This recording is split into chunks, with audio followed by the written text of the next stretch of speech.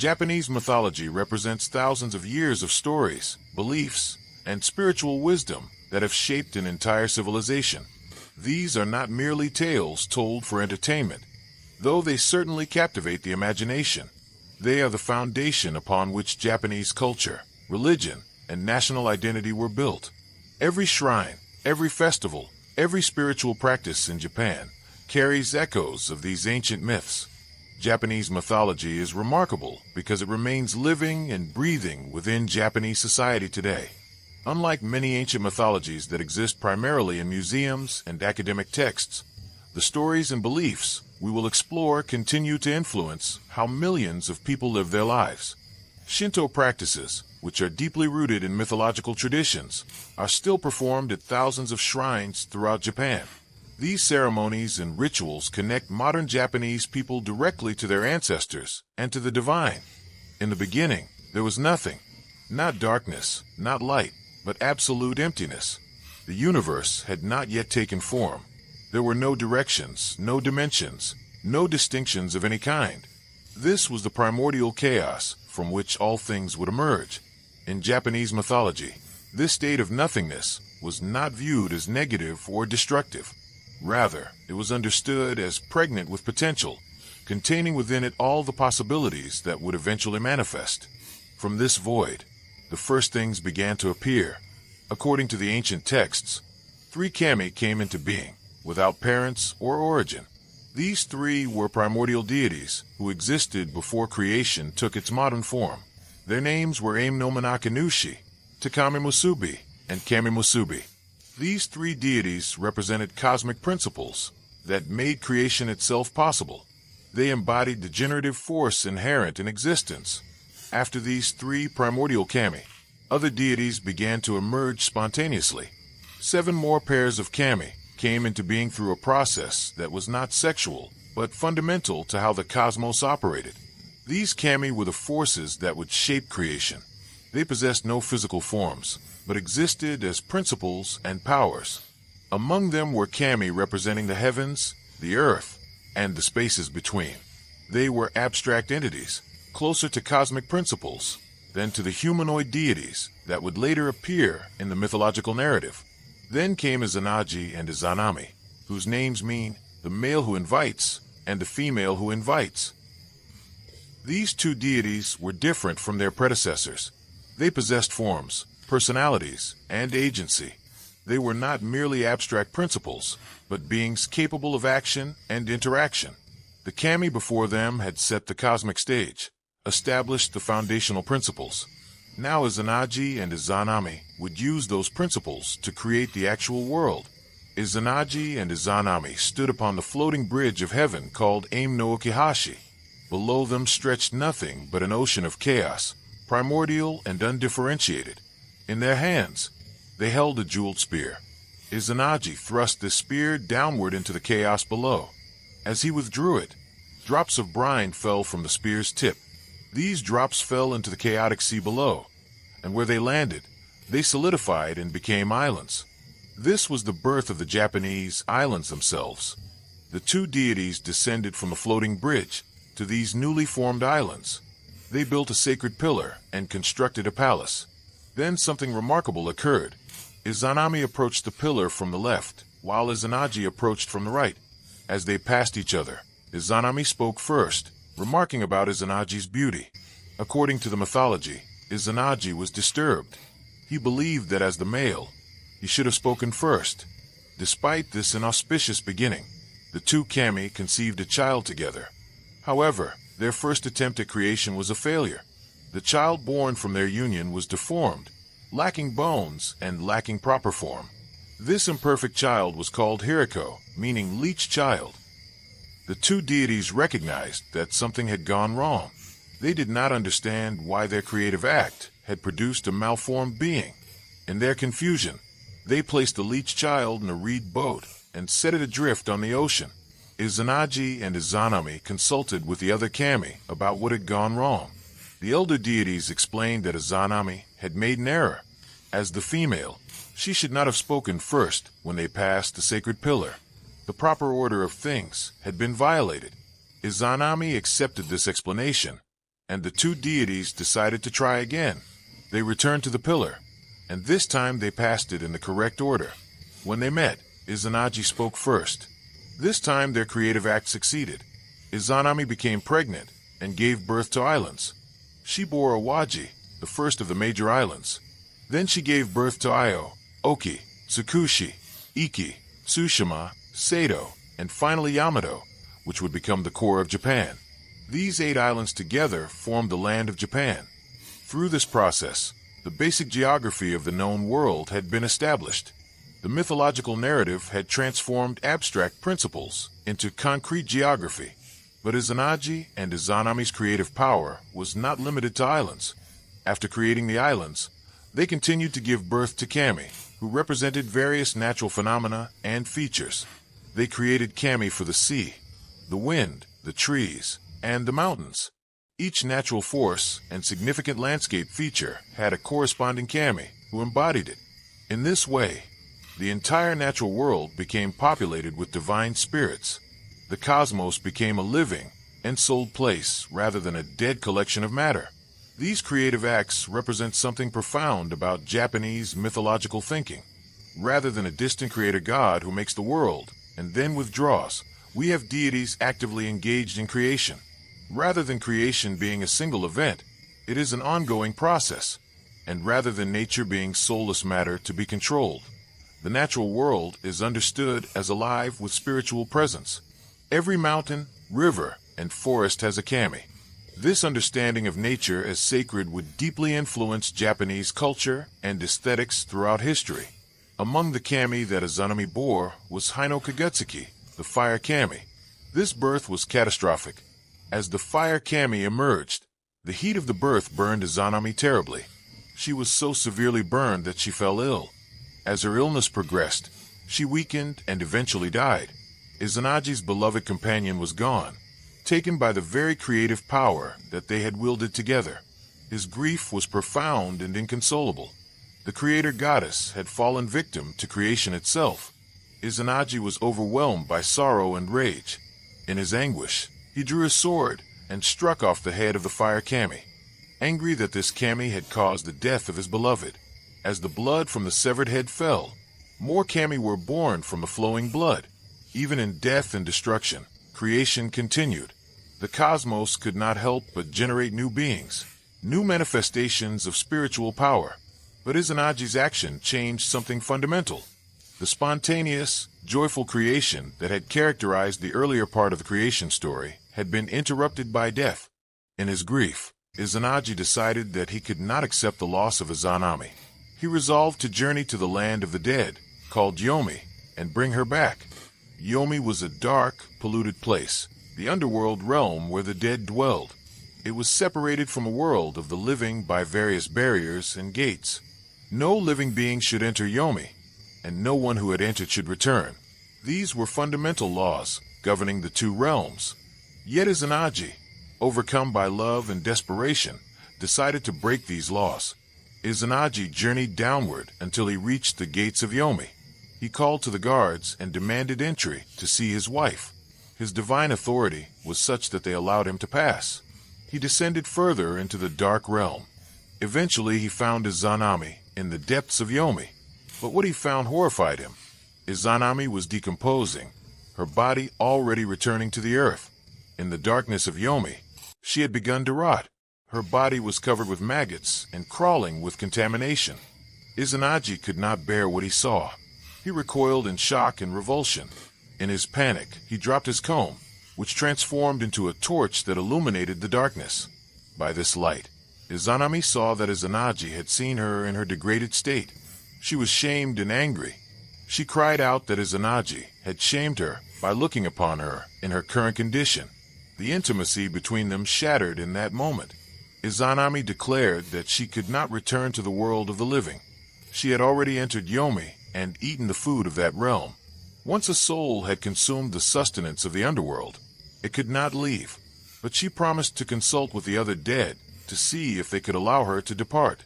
She asked Izanagi to wait and not to look at her. Izanagi waited in the darkness, but his patience ran out. Unable to bear the uncertainty and longing, He eventually went against her instructions and looked back at her. What followed was chaos. The moment Izanagi violated her command and looked upon her hidden in the darkness, Izanami unleashed the demons of Yomi against him. Hideous creatures emerged from the underworld, pursuing Izanagi as he fled. Izanagi ran toward the surface, desperate to escape from Yomi. Behind him came Izanami, who had transformed into something monstrous, pursuing him across the landscape of the underworld. Their relationship had inverted completely. What had been the most intimate creative partnership had become a desperate pursuit between the living and the dead.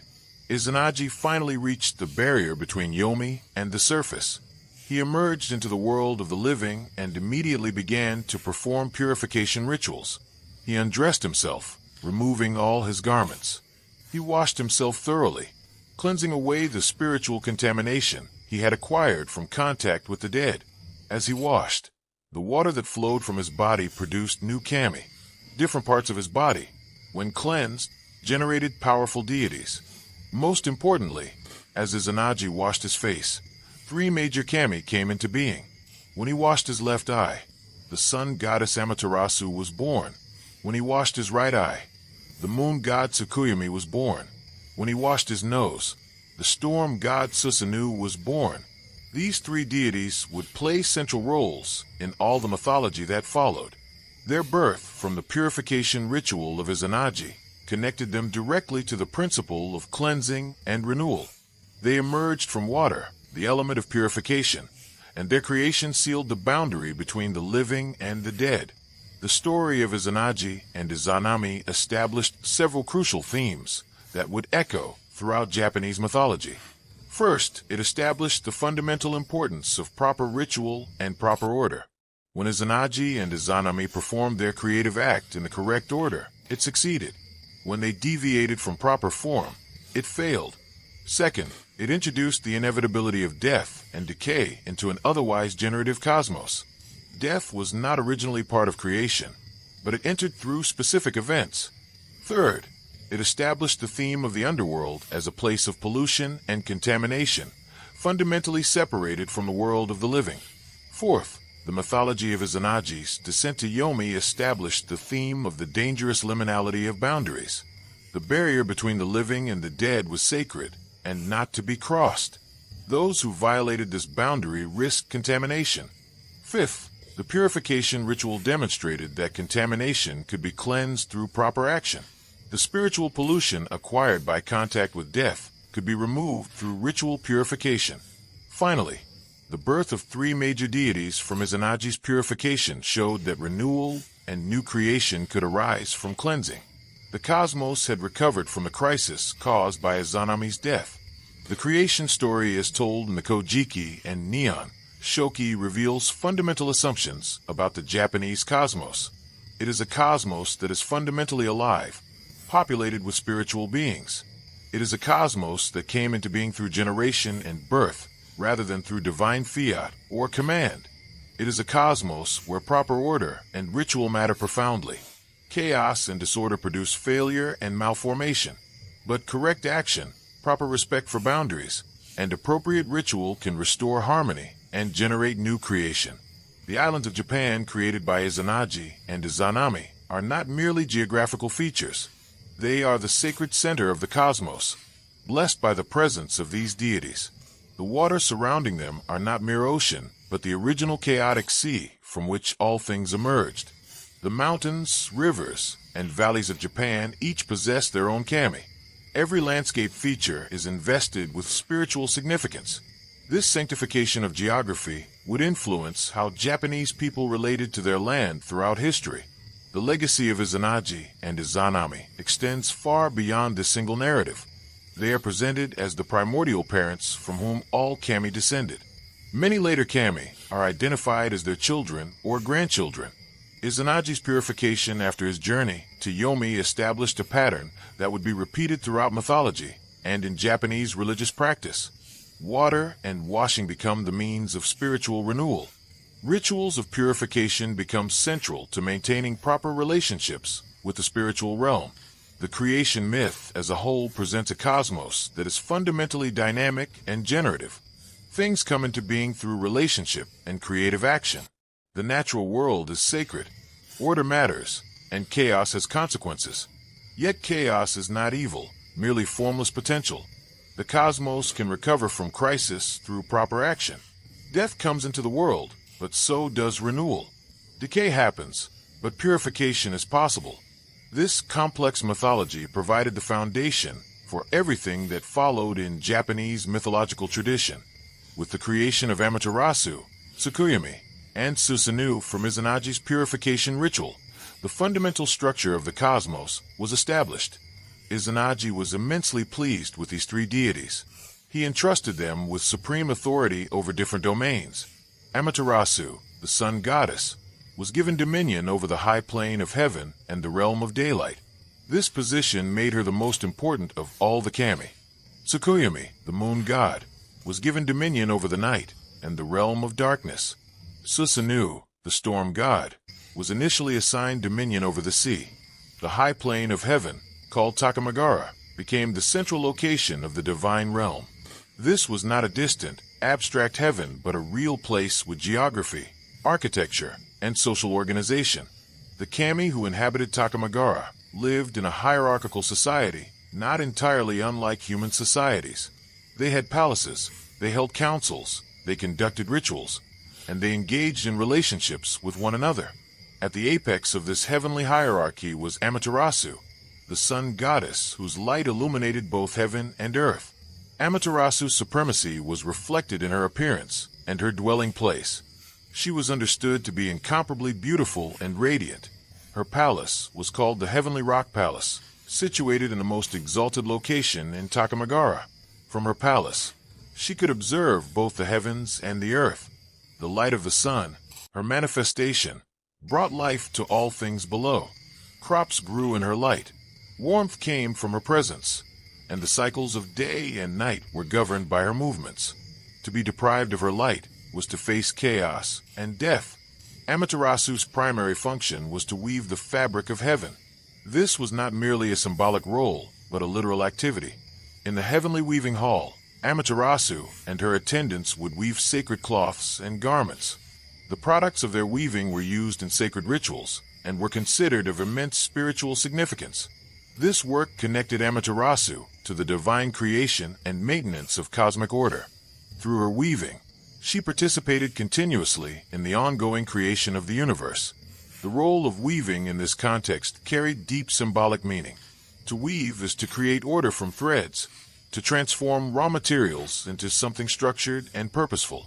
Amaterasu's weaving represented her role in maintaining the order and structure of the cosmos. Her work ensured that chaos did not reassert itself, that the universe remained organized and functional. This domestic activity, when performed by a supreme goddess, became a cosmically significant act.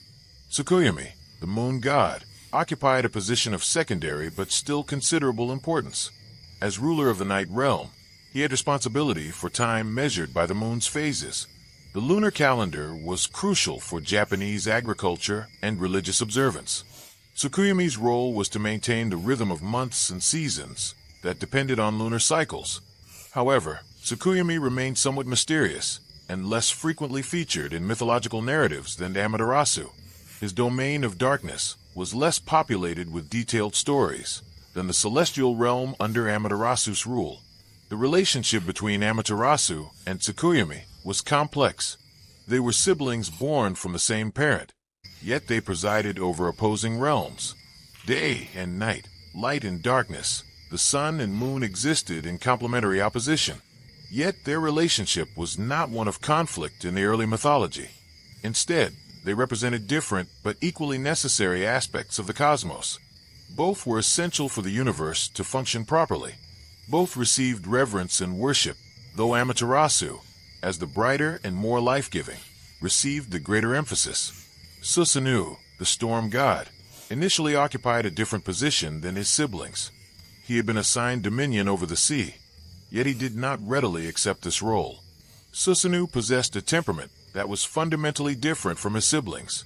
He was volatile, impulsive, and prone to violent outbursts. Where Amaterasu was steady and reliable, Susanoo was unpredictable. Where Tsukuyomi was serene and measured, Susanoo was tempestuous. This temperamental quality would shape his role in mythology and set him apart from his siblings. According to the mythological texts, Susanoo wept and wailed constantly about his assigned domain. He cried so intensely that his tears created torrential floods. His weeping caused great disruption in heaven and on earth. Izanagi, concerned about his son's distress and the chaos his weeping caused, asked Susanoo why he was so unhappy.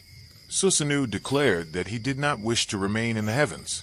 He expressed a longing to go to the underworld, to Yomi, to be with his mother Izanami. Izanagi was displeased with his sentiment. He declared that Susanoo was no longer fit to dwell in heaven. He commanded his son to depart from Takamagara and to leave the realm of the gods. This expulsion set in motion a series of events that would define Susanoo's place in mythology. Rather than being a ruler of his own realm, Susanoo would become an outsider, a transgressor, yet ultimately a hero and benefactor.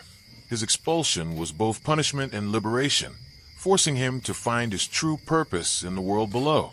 Beyond these three primary deities, Takamagara was populated with numerous other kami. There were kami of the elements, kami of specific locations, kami of crafts and skills, and many others. Each kami had specific responsibilities and roles within the heavenly hierarchy. The divine realm operated according to strict protocols and proper procedures. Rituals were performed regularly to maintain cosmic order. Councils were convened to address matters of importance to the heavenly realm and its relationship with the world below. Among the most important of the other kami in Takamagara was Ame-no-Uzume, a goddess known for her dancing and entertainment. She would become famous in mythology for her ability to bring joy and laughter even in times of crisis. Her role was essential in later events in the mythology, but her significance was recognized from the beginning. She represented beauty, vitality, and the power of performance to transform situations. Another important figure was Tashigo, also known as Tashiorago, who is sometimes described as an aide or servant figure. There were kami responsible for specific crafts and skills. Ame-no-Uzume, the kami of weaving, assisted Amaterasu in her work. Various kami presided over aspects of agriculture, fishing, and other economic activities essential to human life. This reflected an important aspect of Japanese mythological thinking. Even mundane human activities had divine counterparts and were supervised by kami. The organization of Takamagara reflected an understanding of society that was hierarchical but not tyrannical. Amaterasu held supreme authority, but she did not exercise it in isolation. There were procedures to be followed, protocols to be observed. Decisions affecting the entire heavenly realm were often made after consultation and discussion. This hierarchical, yet consultative structure would influence how Japanese human societies organized themselves. The imperial court, when it developed, modeled itself partly on the structure of Takamagara. The relationship between the heavenly realm and the earthly realm was not one of complete separation. The kami who dwelt in Takamagara could see the world below. They maintained interest in what occurred there. They could intervene in human affairs when necessary or appropriate. Conversely, humans could contact the kami through rituals and prayers. They could request aid, express gratitude, or seek guidance. The boundary between heaven and earth was permeable, allowing for ongoing interaction and mutual influence. The physical description of Takamagara in the mythological texts is fascinating. It is depicted as a place of beauty and order, yet it is not abstract or entirely spiritual. It has geography, architecture, and physical features. There are mountains and rivers in Takamagara, though these are understood as spiritual or celestial versions of such features. There is the heavenly rock palace, where Amaterasu dwells, and presumably other dwellings and structures, where other kami reside. There is the floating bridge of heaven and various pathways, connecting different regions of the divine realm. The climate of Takamagara is portrayed as beneficent and pleasant. There are no harsh seasons, no destructive weather, no death or decay. This represents the idealized state that should exist everywhere, the state that the cosmos should naturally be in. When disorder occurs, when chaos threatens, it is depicted as an intrusion on this natural harmony. The existence of a perfect realm in heaven contrasts with the more troubled and chaotic world of human existence and the underworld below. One important aspect of the heavenly realm is the presence of sacred objects that embody cosmic principles and divine authority. The most significant of these are the three sacred treasures, or regalia. The first is the sword, an implement of power and divine authority. The second is the mirror, an implement related to reflection and truth. The third is the jewel or magatama, representing fertility, life force, and continuity. These three objects would play crucial roles in later mythology, particularly in the descent from heaven and the establishment of the imperial line. The heavenly realm also contains sacred sites of special significance. Beyond the heavenly rock palace, there was the heavenly bridge, the connection between heaven and earth. There was the heavenly rock cave, where events of tremendous cosmological importance would occur.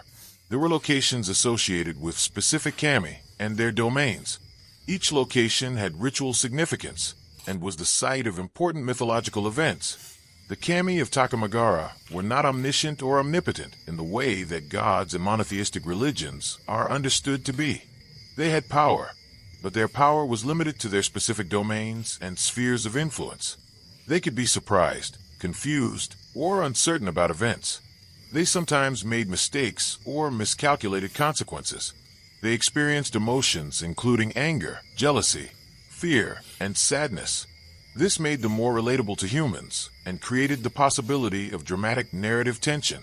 The heavenly realm was fundamentally connected to natural phenomena and human experience. The movements of the sun governed by Amaterasu created the day-night cycle. The movements of the moon governed by Tsukuyomi created the lunar calendar and the seasons. The storms and winds associated with Susanoo and other kami created weather and climate. The kami of agriculture ensured that crops grew. The kami of the sea ensured that fish could be caught. Every aspect of human life and natural experience had a corresponding divine reality in the heavenly realm. This understanding of the cosmos meant that human rituals and behavior could have cosmic significance. If humans acted appropriately and honored the kami properly, the cosmic order would be maintained and all would go well. If humans neglected the kami or acted improperly, disorder could result. This created a moral and religious imperative for proper behavior and proper ritual observance. The fate of the cosmos was not entirely in the hands of the kami, but was dependent on the cooperation and proper conduct of humans as well. This interdependence between divine and human realms remained central to Japanese religious thought throughout history. Susanoo's expulsion from the heavenly realm set him on a path that would define not only his own role in mythology, but also some of the most important stories in the entire Japanese mythological tradition. Cast out by his father Izanagi for his incessant weeping and his expressed desire to descend to Yomi, Susanoo descended from Takamagara with no clear destination. He found himself falling through the sky, eventually descending to the earth below. When he finally reached the ground, he found himself in a region called Izumo, located in what is now Shirmane Prefecture in western Japan. This descent marked a crucial transition point in mythology, where major kami became earthbound and began to interact with the terrestrial world in direct and intimate ways. Susanoo's arrival in Izumo was not triumphant. Rather than coming as a conqueror or with any clear purpose, he arrived somewhat confused and disoriented. As he wandered through the landscape, he encountered an old man and woman weeping beside a young girl. Susanoo approached them and inquired about the source of their tears. The old man, who was the kami of the river, explained their situation. The family had 8 daughters, he said, and 7 of them had already been taken by a terrible monster. Now the 8th and last daughter, named Kushinadaheim, was about to be taken as well. The monster would arrive soon, and there was nothing they could do to prevent it. Susanoo asked the old man to tell him more about this monster. The description that followed was terrifying. The creature was called the Yamata-no-Orochi, or the 8-headed dragon. It was impossibly large and ancient. Its body was said to be so immense that 8 valleys and 8 hills could fit within it. Its eyes glowed red like 1,000 mirrors. Its belly was raw and bleeding, covered with sores. It emerged from the mountains and descended to the river valleys where humans lived, and it always emerged at the time when the rice turned red. It would consume any young maiden it could find. taking 8 each year for 8 consecutive years, until 7 had been consumed. Susanoo felt a combination of compassion for the family's plight and a burning desire to prove himself through heroic action. Here was an opportunity to demonstrate his power and his worth. He had been cast out of heaven in disgrace, but perhaps by accomplishing something heroic here on earth, he could redeem himself. He proposed a plan to the old man. If the old man would give him his youngest daughter, Kusanadaheim, in marriage, Susanoo would face the monster and defeat it. The old man, desperate and seeing no other option, agreed to this bargain. Susanoo began his preparations for the coming battle. He instructed the old man to prepare strong sake, a fermented rice drink. He had the family brew 8 separate vessels of the strongest sake possible. These vessels were arranged in a line on a platform, each one filled to the brim with the powerful liquor. Susanoo also instructed them to build a fence with 8 gates, with an entrance to each section. The trap was set. Now, they had only to wait for the monster to arrive. When the Yamata-no-Orochi emerged from the mountains, it sensed the sake and was drawn toward it. The creature's intelligence was apparently limited, or perhaps its appetite was so strong that it could not resist the smell of the fermented drink. The 8-headed dragon approached the platform where the vessels of sake were waiting. Each of its heads bent down and began to drink from one of the vessels. The sake was potent and intoxicating, and the creature consumed all of it readily. As the monster drank, it grew drowsy and eventually fell into a deep sleep. Now Susanoo made his move. He drew his sword, a celestial weapon of great power, and began to attack the sleeping monster. His blade slashed through the creature's flesh with each stroke. The monster's blood flowed like rivers. As Susanoo continued his assault, he reached the monster's main body, the section between its heads. Here his sword encountered something unexpected. The blade struck something hard and unyielding, something different from the flesh and bone of the monster. His sword became damaged and notched from the impact. Susanoo was momentarily puzzled by this obstacle, but he quickly understood what had occurred. Inside the monster's body, there must be something extraordinary, something harder than normal flesh. He cut deeper, carefully separating the tissue of the creature's body. As he did so, a magnificent sword emerged from within the monster's corpse. This blade was exceptional, far superior in quality to the sword Susanoo had been wielding. The sword gleamed with an inner light. It was perfect in form and craftsmanship. This blade would come to be known as Kusanagi, the grass-cutting sword, one of the 3 sacred treasures of Japan. The discovery of this sacred sword transformed the nature of Susanoo's victory. By defeating the Yamata-no-Orochi, he had not merely accomplished a heroic deed. He had recovered an object of immense spiritual and cosmic significance. The sword was not something he had forged or acquired through normal means. It was something revealed through the defeat of the monster, suggesting that the victory had significance beyond the immediate, personal level. By possessing this sword, Susanoo demonstrated his connection to cosmic power and divine authority. With the monster defeated and the sacred sword obtained, Susanoo returned to the family, who had been waiting and watching. They were astounded to see him alive and victorious. The danger that had haunted them for years was finally ended. Susanoo had proven himself a hero and a protector. He followed through on his promise and married Kusanadaheim, the youngest daughter whose life had been saved by his victory. They established their household in Izumo, making this region the center of their activities. For Susanoo, this union was transformative. He was no longer a confused exile from heaven, but a ruler with territory, responsibilities, and a beloved companion. He established himself as a dominant figure in Izumo, and from this region, he became the ancestor of important kami and eventually of human rulers. The land of Izumo became associated with Susanoo and with his achievements. Shrines dedicated to Susanoo were established in the region, and the mythology of Izumo would remain distinct and important throughout Japanese history. The Yamata-no-Orochi story carries multiple layers of significance. On the surface, it is an adventure narrative, a tale of heroic conflict between a god and a monster. On another level, it addresses the problem of destructive natural forces. The Yamata-no-Orochi, with its connection to rivers and valleys, seems to represent dangerous aspects of nature, perhaps typhoons or devastating floods. Susanoo's victory represents the triumph of divine order and protection over chaotic natural forces. It demonstrates that such forces, while terrifying, can be overcome through intelligence and courage. The trap that Susanoo devised, using sake to intoxicate the monster, demonstrates an important mythological principle. Raw, physical strength is not always the solution. Cunning, intelligence, and understanding of the adversary's weaknesses can be equally or more important. Susanoo used his knowledge of how alcohol affects creatures to overcome an opponent far larger and apparently stronger than himself. This teaches a lesson about the value of wisdom in confronting obstacles. The emergence of Kusanagi from the monster's body has mystical significance. The sword was not made by human hands or even by divine craftsmanship in the usual sense. It was discovered within the body of a conquered enemy. This suggests that sacred objects are sometimes revealed rather than created, discovered through conflict and victory rather than manufacture. The sword becomes a symbol of Susanoo's triumph and a talisman of his power. When this sword would later pass to the imperial line, it would carry with it the symbolic weight of Susanoo's victory. Susanoo's role as the slayer of the Ame-no-Uzume elevated him in the mythological hierarchy, despite his expulsion from heaven. He was no longer merely a troublemaker or an outcast. He was a hero, a protector, a god who had accomplished something of great significance. This demonstrates an important aspect of Japanese mythology.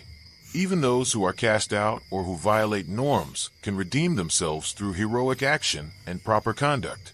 There is always the possibility of redemption and reintegration into the social or cosmic order. The marriage of Susanoo and Kusanoo represents the union of divine and human realms.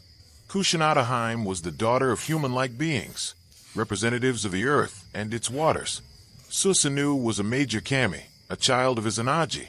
Their union created a lineage that would eventually lead to the imperial family, demonstrating how divine and human elements could intermingle and how divine authority could be transmitted to the human realm through such unions. Susanoo and Kusanoo had children, and through their descendants, the Izumo region became populated with kami, and with a mythological lineage distinct from that of Amaterasu. In some ways, Izumo mythology represented an alternative center of power and authority. While Amaterasu held supreme position in Takamagara, Susanoo established his own realm and dynasty in Izumo. This geographical and mythological division would persist throughout Japanese history, with Izumo retaining its own important shrines and traditions. The Ame-no-Uzume story also reveals something about Japanese attitudes toward nature and natural phenomena. The monster is not depicted as purely evil or as something that must be destroyed out of malice. It is dangerous and destructive, certainly, but it is also portrayed with a certain understanding. Its drunkenness and sleep are not mocked but presented as inevitable consequences of consuming sake. The monster is depicted as a part of nature, a force that exists and must be managed and controlled rather than something inherently corrupt or sinful. After the defeat of the Ame-no-Uzume, Susanoo continued his activities in Izumo. He built a palace that he declared was splendid and imposing. He declared that the location was favorable for a ruler. He established himself as a figure of authority and prestige in the region. Over time, his presence and influence extended throughout the Izumo area. He became the patron kami of various aspects of human activity. He was associated with agriculture, with martial prowess, with leadership and governance. The significance of Susanoo extends beyond his immediate narrative. In later mythology and in actual Japanese religious practice, Susanoo became increasingly important. He was understood as a protective kami, one who could guard against dangers and disasters. He was invoked in times of crisis or when protection was needed. His transformation from an exile and troublemaker into a hero and protector demonstrated the possibility of redemption and the value of courageous action. He showed that even someone cast out by the highest authorities could find meaning, establish a place for themselves, and contribute positively to the world. The three sacred treasures recovered through Susanoo's victory would eventually become central to Japanese imperial authority. Kusanagi, the sword obtained from within the Ame-no-Uzume, was one of the three treasures. The others, the mirror and the jewel, were associated with Amaterasu and other deities. Together, these three objects represented the fullness of divine authority and were understood as the symbols and justifications for imperial rule. The fact that Susanoo possessed one of these treasures connected him permanently to the sacred foundation of imperial power. The defeat of the Yamata-no-Orochi also had environmental and geographical significance. In the mythology, Susanoo's victory brought safety and stability to the Izumo region. The valleys that had been threatened by the monster became secure places where people could live and cultivate the land. This reflects a fundamental aspect of Japanese mythology and religious practice. The intervention of kami in human affairs brings order, protection, and the possibility of flourishing. Human and divine cooperation, manifested through proper ritual and respect, makes civilization possible. Susanoo's story demonstrates that mythology is not a fixed, unchanging body of stories, but something dynamic and evolving. Over time, Susanoo's role in mythology expanded and his characterization deepened. Later texts and traditions added new dimensions to his character. He became associated with poetry, with artistic creation, and with cultural refinement. He was understood as a kami who could inspire human creativity as well as protect against disasters. Different regions and different periods emphasized different aspects of his character and significance. The Yamata-no-Orochi narrative itself influenced later Japanese culture deeply. The story of a hero defeating a great dragon became a powerful archetype that appeared repeatedly in literature, visual art, and performance. The image of a warrior with a sacred sword vanquishing an enormous enemy became iconic in Japanese aesthetics.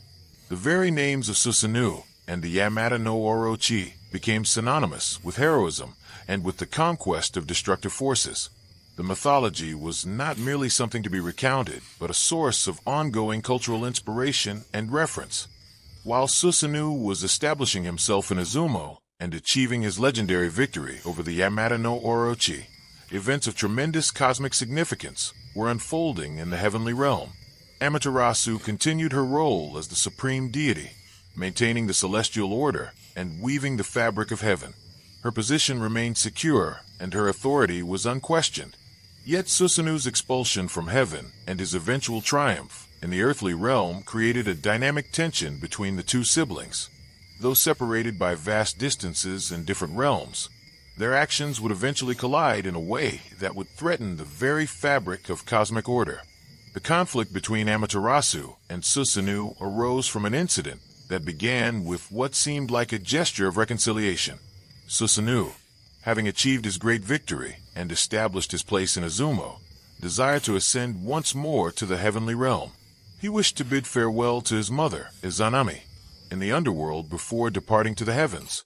However, before he could undertake this journey, he decided to go first to Takamagara to say goodbye to his sister Amaterasu. This visit would prove to be far more consequential than he anticipated. When Susanoo arrived in the heavenly realm, his presence caused a tremendous disturbance. The earth shook violently, and a great noise resounded through the sky. Amaterasu, sensing this commotion, became alarmed and anxious.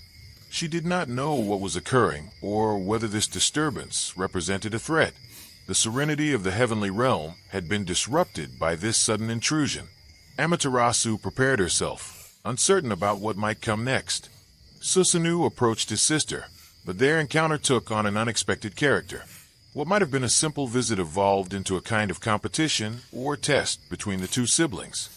Susanoo proposed that they prove their sincerity and peaceful intentions toward each other through a ritual act of oath-taking. Both agreed to participate in this ritual, which involved creating new kami. The process would demonstrate the purity of their intentions and the strength of their bond. The ritual involved Susanoo presenting to Amaterasu a sword that he possessed. This was the Kusanagi, the sacred sword he had recovered from within the Yamata-no-Orochi. Amaterasu took the sword and broke it into 3 pieces.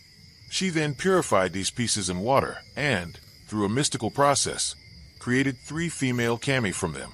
These kami represented the offspring of the oath-taking and were understood as evidence of the siblings' sincere intentions. Susanoo then took a necklace of magatama, sacred jewels that Amaterasu wore, and purified it in water. From this purified necklace, he created 5 male kami. The creation of these 8 kami through the oath-taking ritual was meant to demonstrate that both Amaterasu and Susanoo were acting with pure hearts. Yet what happened next revealed that Susanoo's true intentions were far less pure than his words had suggested. Having completed the ritual, Susanoo abandoned all pretense of civility. He began to behave wildly and recklessly throughout Takamagara. He engaged in behaviors that were deeply inappropriate for the sacred heavenly realm. Most egregiously, Susanoo entered the heavenly weaving hall, the sacred space where Amaterasu and her attendants performed their crucial work of weaving the fabric of heaven. In this sacred place, Susanoo committed a profoundly defiling act. He defecated in the hall, spreading filth throughout the space. He then carved flayed animals and threw them about the sacred space, scattering blood and contamination everywhere. Some accounts describe him doing these things while in the form of a piebald horse or a young colt, suggesting a state of frenzy or possession. The desecration of the heavenly weaving hall was an act of extreme violation. This was the most sacred space in Takamagara, the place where the fundamental work of maintaining cosmic order occurred. The presence of filth and defilement in this space was not merely an insult to Amaterasu or a breach of decorum. It was a contamination of the cosmic principle of order itself. The kami who worked with Amaterasu were so horrified by what was occurring that one of them, a weaver maiden, was actually startled to death by the disturbance. In her fear and shock, she fell from the loom and died. Amaterasu was devastated by what her brother had done. She felt profoundly betrayed and wounded. The oath-taking ritual that they had just completed, which was meant to demonstrate their bond, had been revealed as false. Susanoo's true nature had been exposed. He was still the destructive, impulsive kami who had wept in heaven and been cast out. His purported reformation in Izumo had been mere appearance. His creation of kami through the oath-taking ritual was revealed to be a deception, part of a plan to gain access to the heavenly realm where he could commit these terrible acts of desecration. In her anguish and shame, Amaterasu retreated. She could not bear to remain in a realm that had been so violated and contaminated. She fled to the heavenly rock cave, also called Ame-no-Uzume, and sealed the entrance behind her. The cave was a place of refuge, separate and protected from the defiled heavenly realm. Once Amaterasu withdrew into this cave, something catastrophic happened to the cosmos. The sun, which was the manifestation of Amaterasu herself, disappeared. Darkness covered the entire world, both heaven and earth. It was no longer day, but perpetual night. The consequences of Amaterasu's withdrawal were immediate and devastating. Without the light of the sun, the world fell into chaos and suffering. Crops could not grow. The temperature dropped as the warmth of the sun was removed. Animals became confused and agitated. Both the kami in the heavenly realm and the humans on earth found themselves in a state of crisis. The normal cycles of day and night were disrupted. The rhythm of life, which depended on the sun's regular appearance and disappearance, was shattered. The kami in Takamagara gathered to address this catastrophe. They convened a council to discuss what could be done to bring Amaterasu out of the cave and to restore light to the world. This gathering of the kami represented a crucial moment in the mythology. When cosmic crisis threatened, the kami did not panic or give up. Instead, they worked together, each contributing their skills and perspectives to find a solution. This demonstrated that even in the face of great disaster, cooperation and collective action could lead to recovery. One of the kami, Ame-no-Tajikarao, who possessed great wisdom, suggested a plan. The kami should gather at the entrance to the heavenly rock cave and perform a ritual. They would create a festive atmosphere, fill the night with laughter and music and celebration. When Amaterasu, hearing this commotion and wondering what could possibly be happening in her absence, grew curious and opened the cave door to investigate, they could convince her to emerge. The logic of this plan was that the curiosity of Amaterasu could be awakened by the strange happiness occurring while she was withdrawn. The kami immediately began to prepare. They needed a mirror, a sacred object that could serve as a spiritual focus for their ritual. They fashioned a mirror from a highly polished metal, creating a sacred object that would reflect and concentrate spiritual power. They also gathered a sacred tree, the sakaki, and hung it with ornaments. including beads and cloth offerings. They arranged all of these sacred objects near the entrance to the cave. Everything was prepared for the great ritual. Among the preparations was the selection of a particular kami to serve as the entertainer. This was Ame-no-Uzume, the goddess of mirth and performance. Ame-no-Uzume was known for her ability to bring joy and laughter. She was a skilled dancer and performer, capable of inspiring happiness even in the darkest circumstances. The kami chose her to lead the ritual because they understood that bringing Amaterasu out of her despair would require not just clever planning, but genuine joy and celebration. As the night deepened and the ritual began, Ame-no-Uzume took her position near the heavenly rock cave. She began to dance, moving with grace and vitality. Her movements were bold and energetic, conveying a sense of wild joy and freedom. She danced on a wooden platform, creating rhythms with her movement and her voice. She sang and called out, expressing exhilaration and happiness. Her performance was so engaging, so full of life and energy, that the other kami gathered to watch and to celebrate with her. The sounds of celebration, of laughter and music and excited voices, grew louder and more intense. The night that had been so dark and quiet suddenly became alive with noise and joy. The kami were celebrating something. But what? Inside the heavenly rock cave, Amaterasu heard all of this commotion. She could not understand what could possibly be happening.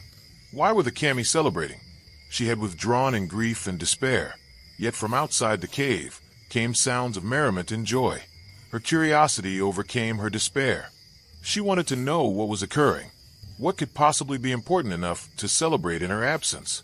Slowly, Amaterasu began to move toward the entrance of the cave. She pushed against the great rock that sealed it and opened a crack, widening it gradually. As she did so, light began to leak out. The light of Amaterasu, the light of the sun, began to return to the world. The darkness that had covered the earth began to recede. The first glimmer of dawn appeared on the horizon. Life began to stir again. The world woke from its nightmare of darkness. But Amaterasu was still not fully committed to emerging. She remained partly within the cave, uncertain and cautious. At this crucial moment, the kami who had been waiting near the entrance took action. They had anticipated this moment. One of the kami, Ame-no-Tajikarao, whose name means the heavenly hand strength, was positioned near the entrance. As Amaterasu began to emerge, he reached out and seized her hand. With his great strength, he pulled her fully from the cave, bringing her completely out into the world. With Amaterasu fully emerged, the light of the sun returned in full. Darkness was banished. The crisis was over. The kami quickly sealed the entrance to the heavenly rock cave with a sacred rope, making sure that Amaterasu could not return to it. They declared that the rock barrier was now permanent, marked as a sacred place. Then they turned their attention to Susanoo. His actions had created this crisis. His desecration had caused untold suffering to all beings, both divine and human. The kami determined that Susanoo must face consequences for what he had done. Susanoo was seized, and the kami debated his punishment. Some demanded that he be executed immediately. Others suggested exile. Eventually, a compromise was reached. Susanoo would be cast out of heaven, his position stripped from him. But more than that, he would be forced to perform acts of ritual penance. He was made to pay an enormous fine, which he did by offering valuable goods to Amaterasu as recompense. He was required to have his fingernails and toenails removed, and his beard was shaved off. These acts of ritualistic humiliation and purification were meant to cleanse him of his transgression and to mark his expulsion from the heavenly realm. Having been purified through these rituals, Susanoo was expelled from Takamagara once more. He descended to the earth with his shame and his punishment.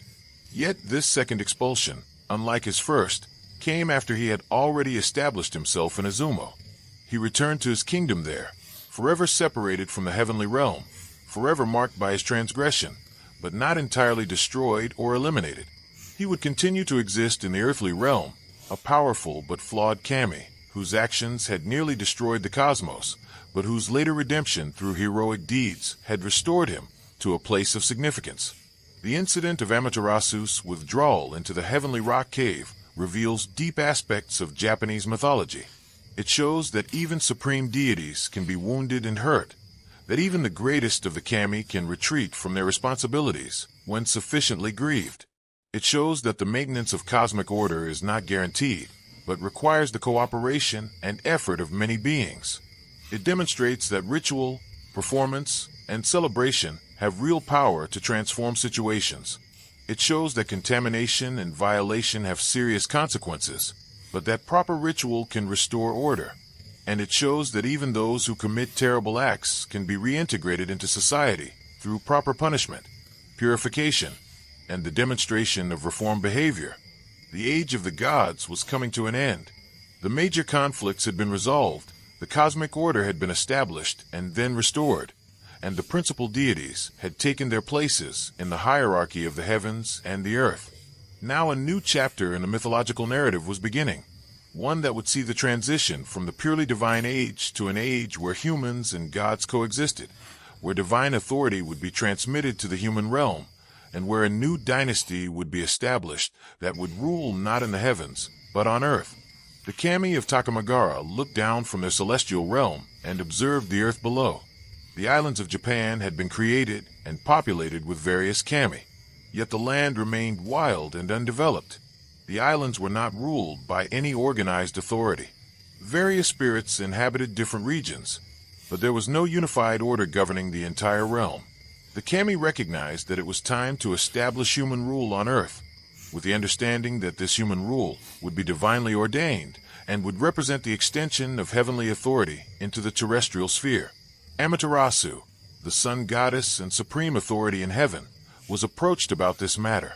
The assembled kami consulted with her, seeking her guidance. They proposed that they send a representative to the earth to establish rule over the land. This representative would be charged with governing the islands according to divine will and bringing order to the earthly realm. The person chosen for this crucial mission was Ninigi-no-Mikoto, whose name means the heavenly grandson. Ninigi was the grandson of Amaterasu, making him a direct descendant of the supreme goddess and a representative of her authority. Amaterasu approved this plan and entrusted Ninigi with a sacred mission.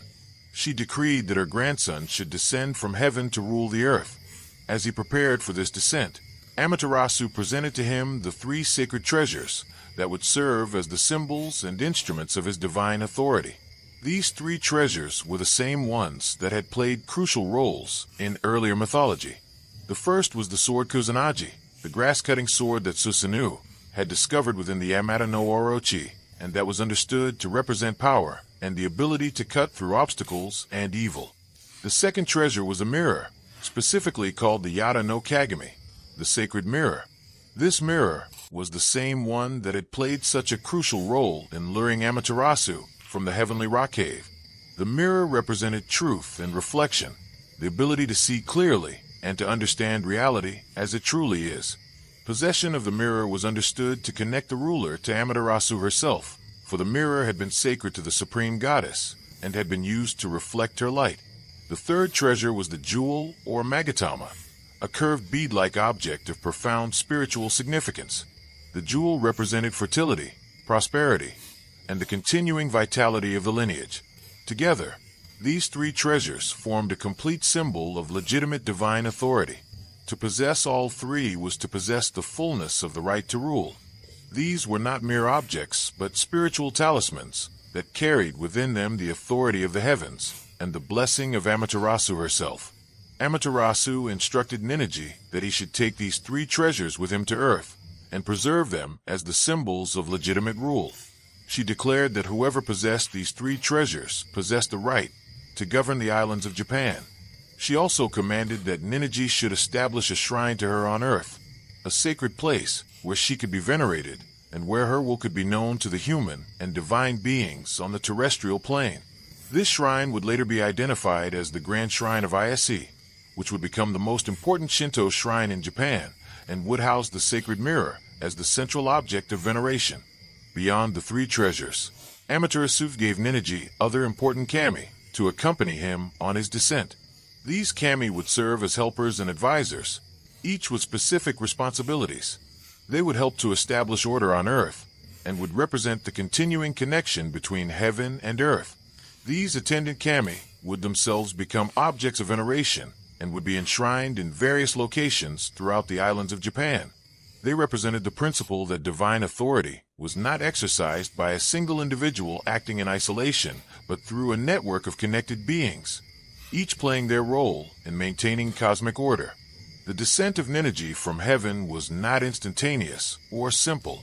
It was portrayed as a journey that involved passing through various levels of existence.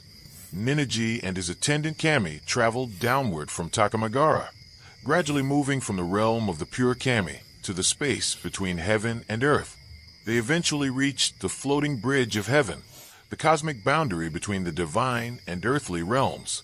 From this bridge, Ninigi could see the islands of Japan spread out below. The journey represented a transition from the purely divine realm to a place where divine and earthly realities interpenetrated. Ninigi eventually touched down on the earth.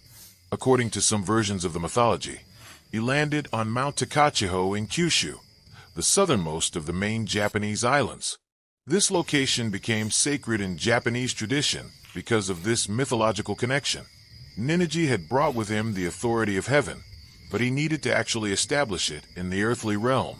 He needed to confront the various kami and spirits already inhabiting the region and integrate them into his rule. The descent from heaven was not the end of the work, but the beginning of it. Ninigi took a wife from among the kami of the earth. Her name was Kanahana Sakuyaheim, whose name means the princess who makes the trees flower. She was the daughter of a mountain kami, representing the connection between the heavenly authority that Ninigi represented and the earthly and natural realms that she represented. Their union paralleled the way that Susanoo had married Kushinadaheim, showing that the establishment of divine rule on earth required union with the earthly realm and its representative spirits. Kanahana Sakuyaheim became pregnant with Ninigi's child. However, on the wedding night, Ninigi demonstrated skepticism about the paternity of the child that would be born. He questioned whether the child was truly his, or whether it might be the child of an earthly kami. Kanahana Sakuyaheim was deeply offended by this doubt. To prove her faithfulness and the legitimacy of her child, she entered a great fire and remained in the burning building as she gave birth. The heat did not harm her or her children, because she was acting with pure intentions and because divine power protected her. She gave birth to 3 sons while in the midst of the flames. The first was named Hodori, the second was named Hosusuri, and the third was named Turi.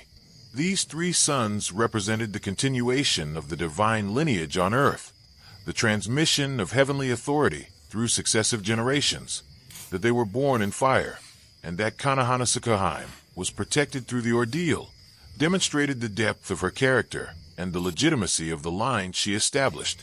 The element of fire, which had been destructive in earlier mythology when it was represented by Hino Kagutsuchi, was here transformed into a purifying and testing element. The birth of these 3 sons raised a question about which one would inherit the position of rulership. Initially, the youngest son, Hori, proved to be the most capable and most favored. However, there was conflict among the brothers about the order of succession and about their respective roles.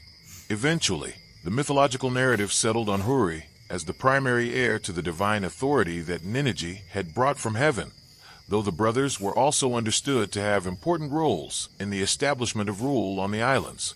Hori's reign, though not extensively detailed in the classical texts, was understood to be a period of development and consolidation. The divine authority that had been established by Ninigi was maintained and strengthened by his successor. The human population of the islands grew and developed under the protection of the kami and the rule of the divinely ordained lineage. Agriculture developed. Societies organized themselves according to the model established in heaven, and the basic framework of Japanese civilization was laid down. However, the classical mythology also tells of a time when Hori encountered great difficulty. At one point, he was separated from his father's sword, which had belonged to Ninigi and which represented power and authority. Without this sword, Hori felt vulnerable and incomplete. He grieved for the lost blade and did not know how to recover it. A wise advisor suggested that he might find help in the realm of the sea, where there was a palace belonging to a sea kami. Huri ventured to this underwater palace and encountered the daughter of the sea kami. She became his wife, and during his time in the sea realm, he recovered the lost sword. This encounter between the divine heir and the daughter of the sea kami further demonstrated the principle that legitimate rule required integration with and respect for all the different realms and forces of nature. The recovery of the sword represented the restoration of power and authority. The connection established with the sea kami ensured that the ocean and its bounty would be favorable to the divine line that ruled on earth. The mythology of Ninigi and his descendants, Huri and the subsequent rulers, represents the bridging of heaven and earth.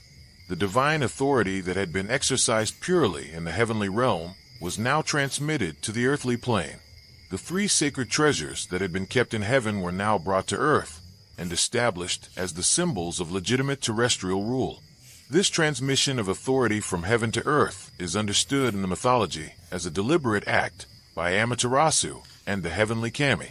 They chose to establish human rule on earth, but they did so in a way that kept ultimate authority and legitimacy connected to the divine realm. This understanding of authority and rulership would have profound implications for Japanese civilization. The emperor would come to be understood as a representative of heaven on earth, a person who possessed divine authority not through military conquest or accident of birth alone, but through a line that traced back directly to the gods. The emperor was not a god himself in later understanding, but was understood as possessing a special relationship to the divine realm. This connection justified his rule and created an obligation for him to maintain proper relations with the kami through ritual and through righteous conduct. The temples and shrines that would be established throughout Japan were understood as places where this connection between heaven and earth could be maintained. The Ayase Shrine, the most important shrine in the Shinto tradition, was dedicated to Amaterasu and housed the sacred mirror that had descended from heaven with Ninigi. This shrine became the spiritual center of the Japanese nation, and the imperial line maintained a special relationship with it. Pilgrimages to Ayase Shrine became important religious acts, and the shrine was understood as a place where the direct presence of Amaterasu could be encountered. The descent of Ninigi and the establishment of divine rule on earth also had implications for how the Japanese understood their relationship to the natural world and to the land itself. The islands of Japan were not merely geographical features, but sacred space, blessed by the presence of the kami and chosen as the location for the establishment of divine rule. The reverence for Japan itself, the sense that the islands were sacred and unique, had deep roots in this mythology. Every mountain, river, and forest in Japan was understood as part of the sacred geography, populated with kami and worthy of respect. The mythology of Ninigi's descent also represented a democratization or distribution of divine presence. In the age of the pure kami, the divine realm had been separate from the human and earthly realm. The major deities had dwelled in Takamagara, observing the world below, but not directly present in it. With the descent of Ninigi and his establishment of rule on earth, divine presence became woven into earthly existence. The kami descended and established themselves in various locations. Every place where a shrine would be built became a location where the divine was present and could be encountered. The kami became accessible to humans through proper ritual and respectful approach. The transition from the age of gods to the age of emperors marks a crucial point in Japanese mythology. According to the accounts preserved in the Kojiki and Nihon Shoki, the lineage established by Ninigi continued through successive generations, each ruler building upon the accomplishments of their predecessors. Japanese mythology records these early emperors with their names, their reign lengths, and key events from their periods. However, scholars recognize that many of these accounts contain elements that are more mythological than historical. The reign lengths recorded in Japanese mythology are extraordinarily long, with some early emperors claimed to have lived for over 100 years. The first emperor recorded in Japanese mythology after Huri's time was Emperor Jimmu. His name means divine warrior, and he is understood as the founder of the Yamato dynasty, which according to Japanese mythology is the same imperial line that has continued unbroken to the present day.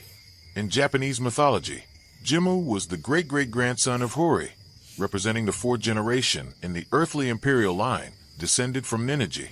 He was understood to be the first to formally establish an empire on the islands and to rule all the lands as a unified kingdom. According to Japanese mythology, Jimmu lived for 127 years, reigning for 76 of those years. His dates are traditionally given as 660 BCE to 585 BCE, though modern scholars recognize these dates as highly uncertain. The Kojiki and Nihon Shoki describe his life and accomplishments in detail, and this narrative is considered an important part of Japanese mythology, even though it contains elements that are clearly legendary and not historically verified. Japanese mythology describes Jimmu as possessing exceptional abilities and divine favor. He was born in a place called Takachiho, the same sacred location where Ninigi had descended from heaven. In Japanese mythology, this connection to Takachiho demonstrated the continuity of the divine line and the continued favor of the heavens toward this royal family. Jimmu was said to have been of extraordinary intelligence and capability even as a young man. He possessed talents for leadership, warfare, and statecraft that seemed to exceed those of ordinary humans. Jimmu began his reign in Kyushu, in the southern islands, but Japanese mythology records that he eventually decided to expand his rule. He led military expeditions northward and eastward, gradually bringing more territory under his authority. The accounts in Japanese mythology describe these campaigns in great detail, recording battles, encounters with local chieftains, and the gradual expansion of imperial control. Whether these accounts represent actual historical events or are entirely legendary is a matter of scholarly debate, but they form an integral part of Japanese mythology. The central event in the mythology of Jimmu's reign was his establishment of the imperial capital. According to Japanese mythology, after his military campaigns had consolidated control over the major islands, Jimmu selected a location in the region called Yamato to establish his capital. This region, located in what is now Nara Prefecture in central Japan, became the seat of imperial authority. In Japanese mythology, the establishment of this capital represented the culmination of Jimmu's work and the beginning of a new era of organized imperial rule. The date traditionally given for Jimmu's establishment of the Yamato capital is February 11th, 660 BCE. According to traditional Japanese mythology, this date was calculated by later scholars using information provided in the Kojiki and Nihon Shoki, though modern archaeological evidence suggests that organized states in the Yamato region developed somewhat later. The mythology preserved in these ancient texts provided what was understood to be the authoritative account of Japanese history and Japanese mythology for many centuries. Japanese mythology describes Jimmu's rule as establishing the fundamental principles of imperial governance. According to these mythological accounts, Jimmu made important decisions about how the empire should be organized and how emperors should relate to the heavenly powers and to their subjects. Japanese mythology emphasizes that Jimmu was not merely a military conqueror, but also a wise ruler who understood the spiritual dimensions of kingship. He maintained proper relationships with the kami, performed necessary rituals, and governed according to principles that were understood to reflect the order established in heaven. Following Jimmu, Japanese mythology records a succession of emperors, each ruling for various lengths of time and accomplishing deeds that further developed and stabilized the emerging Japanese state. Japanese mythology gives the names and basic information about these rulers, though the details become somewhat less elaborate as the list progresses. Some of these mythological rulers are known primarily through their names in the imperial chronology, while others have more detailed accounts of their lives and accomplishments recorded in Japanese mythology. Emperor Susanoo, for example, is recorded in Japanese mythology as having reigned for 99 years. According to Japanese mythology, his reign was marked by various beneficial developments, including advances in agriculture and the introduction of new technologies and crafts. Japanese mythology portrays the reigns of these early emperors as periods of gradual development and improvement, suggesting that each successive ruler built upon the accomplishments of predecessors. The transition from pure mythology to historical record in Japanese history is gradual rather than abrupt. Scholars have attempted to identify the point at which Japanese mythology gives way to actual historical evidence. Archaeological findings, records from Chinese sources, and other historical evidence suggest that organized kingdoms in Japan began to develop around the first few centuries CE. However, the traditional chronology preserved in Japanese mythology places the beginning of the Yamato state much earlier. This discrepancy between Japanese mythology's chronology and modern scholarly understanding remains an active area of research and debate. What is important for understanding Japanese mythology is recognizing that these early imperial accounts were understood as authoritative history by Japanese people for many centuries. The mythology recorded in the Kojiki and Nihon Shoki provided the framework through which Japanese people understood their own history and the legitimacy of their rulers. Even though modern scholars recognize mythological elements in these accounts, the accounts served real functions in Japanese culture, and Japanese mythology remains significant for understanding how Japanese people conceived of their own past. One particularly important aspect of Japanese mythology regarding the early emperors is the theme of integration and unification. Japanese mythology portrays the gradual expansion of imperial authority as a process of bringing order and civilization to regions that were previously wild or ruled by local chieftains. This narrative served to justify imperial expansion and to position the imperial line as the rightful rulers of all the islands. However, Japanese mythology also recognizes that this unification was not instantaneous or simple. It required military campaigns, strategic marriages, and the gradual integration of local kami and local traditions into the larger imperial framework. Japanese mythology also preserves accounts of certain early emperors having unique characteristics or possessing special abilities. Some accounts in Japanese mythology describe emperors as having supernatural longevity or possessing abilities that exceeded those of normal humans. These elements emphasize the special nature of the imperial line and its connection to the divine realm. Japanese mythology uses these mythological elements to assert that the imperial line was not merely one among many ruling families, but was fundamentally different due to its descent from the heavenly kami. The role of women in Japanese mythology regarding the early imperial succession is also noteworthy. While many of the named rulers were male, Japanese mythology also records instances of female emperors and of women playing crucial roles in political and spiritual matters. This reflects an understanding within Japanese mythology that authority could be exercised by women as well as men, and that women could possess the spiritual authority necessary to maintain relations between the human and divine realms. A particularly important development recorded in Japanese mythology was the introduction and spread of Buddhism to the Japanese islands. According to Japanese mythology and historical records, Buddhism arrived in Japan from Korea and China around the 6th century CE. This arrival represented a significant change in Japanese religious and cultural life. However, rather than Buddhism completely replacing Shinto and the traditions of Japanese mythology, the two traditions came to coexist. Japanese mythology and Buddhist beliefs were often integrated, with kami being understood as manifestations of Buddhist deities and Buddhist concepts being incorporated into Shinto practice. The question of how to respond to Buddhism became a significant issue for the imperial court during this period. According to Japanese mythology and historical accounts, some officials supported the adoption of Buddhism while others, particularly those connected to traditional kami worship, opposed it. Japanese mythology records the political conflicts that arose around this question. Eventually, the imperial court decided to support Buddhism while also maintaining traditional Shinto practices. This decision allowed Buddhism and the traditions of Japanese mythology to coexist in Japanese religious life. The process by which Japanese mythology was first recorded in written form was directly connected to these historical developments.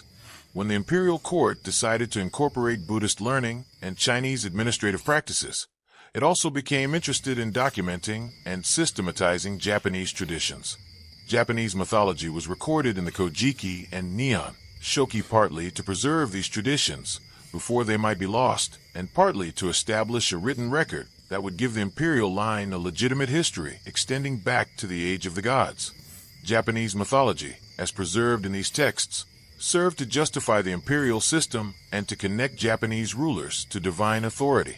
Throughout the period from Jimmu to the time when Japanese mythology transitions to more reliably documented history, The accounts in Japanese mythology emphasize certain consistent themes. The first theme is the continuity of the imperial line. Japanese mythology asserts that the emperors who ruled during this period were all descended from the heavenly kami through Ninigi, and that this lineage has continued unbroken to the present day. The second theme is the gradual expansion of imperial authority. Japanese mythology portrays the early emperors as gradually extending their rule over more territory and bringing more people under imperial authority. The third theme is the integration of local traditions and kami into the larger imperial framework. Japanese mythology acknowledges that before imperial unification, various regions had their own kami, their own spiritual traditions, and their own local rulers.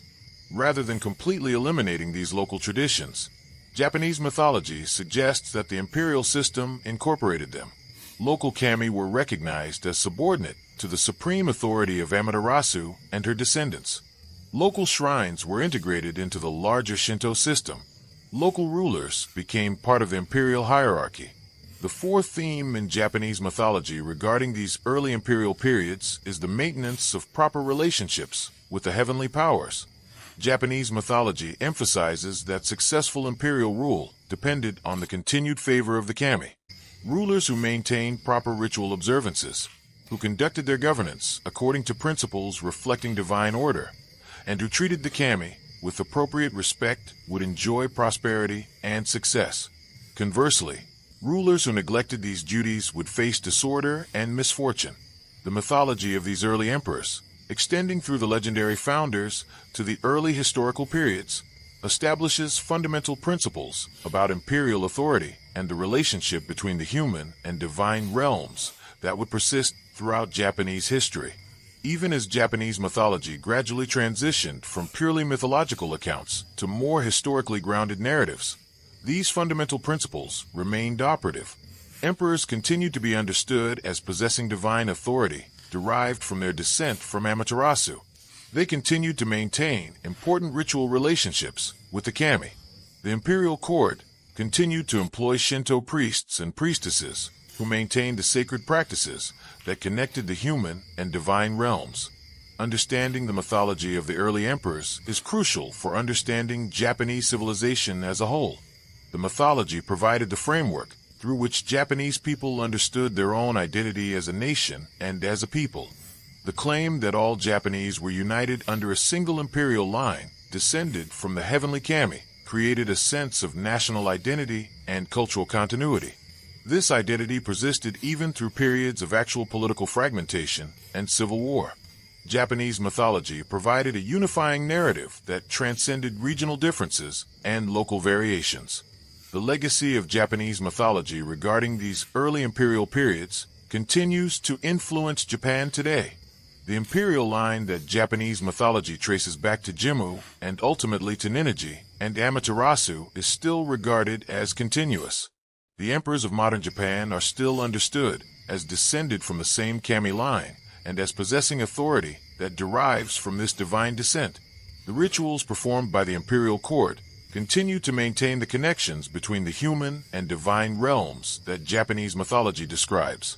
In these ways, Japanese mythology remains not merely historical document, but living framework that continues to shape Japanese culture and Japanese understanding of national identity.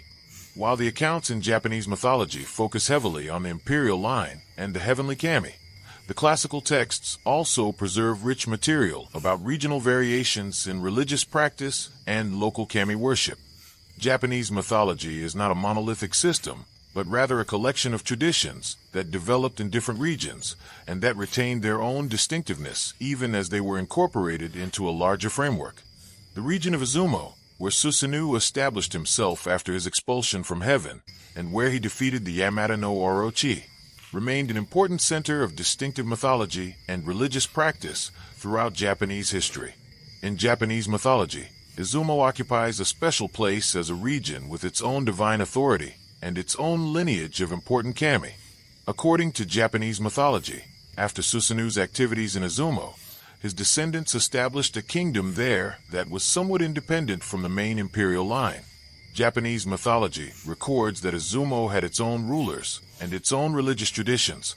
The Great Shrine of Izumo, one of the most important Shinto shrines in Japan, was dedicated to Susanoo and represented the continuation of his influence and authority in the region.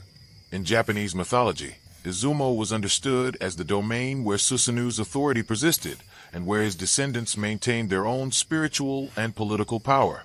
The mythology surrounding Izumo includes accounts of important kami who resided there and who played significant roles in regional affairs. One particularly important account in Japanese mythology describes how the imperial line eventually incorporated Izumo into its domain. According to this account in Japanese mythology, there was a process of negotiation and integration between the central imperial authority and the independent authority of Izumo. Japanese mythology suggests that rather than conquest, there was a gradual integration of Izumo into the imperial system, with the local kami and local traditions being acknowledged and respected even as imperial authority was extended over the region. Beyond Izumo, Japanese mythology also preserves accounts of various local kami and regional deities that became important in different parts of the Japanese islands. Mount Fuji, the most iconic mountain in Japan, is associated in Japanese mythology with a kami called Kanohana-Sakahime, who in other contexts appears as the wife of Ninigi. In Japanese mythology, mountains frequently have associated kami that are understood as embodiments of the mountain's spiritual essence. Japanese mythology recognizes that every significant geographical feature possessed its own kami, and that these kami were worthy of respect and worship.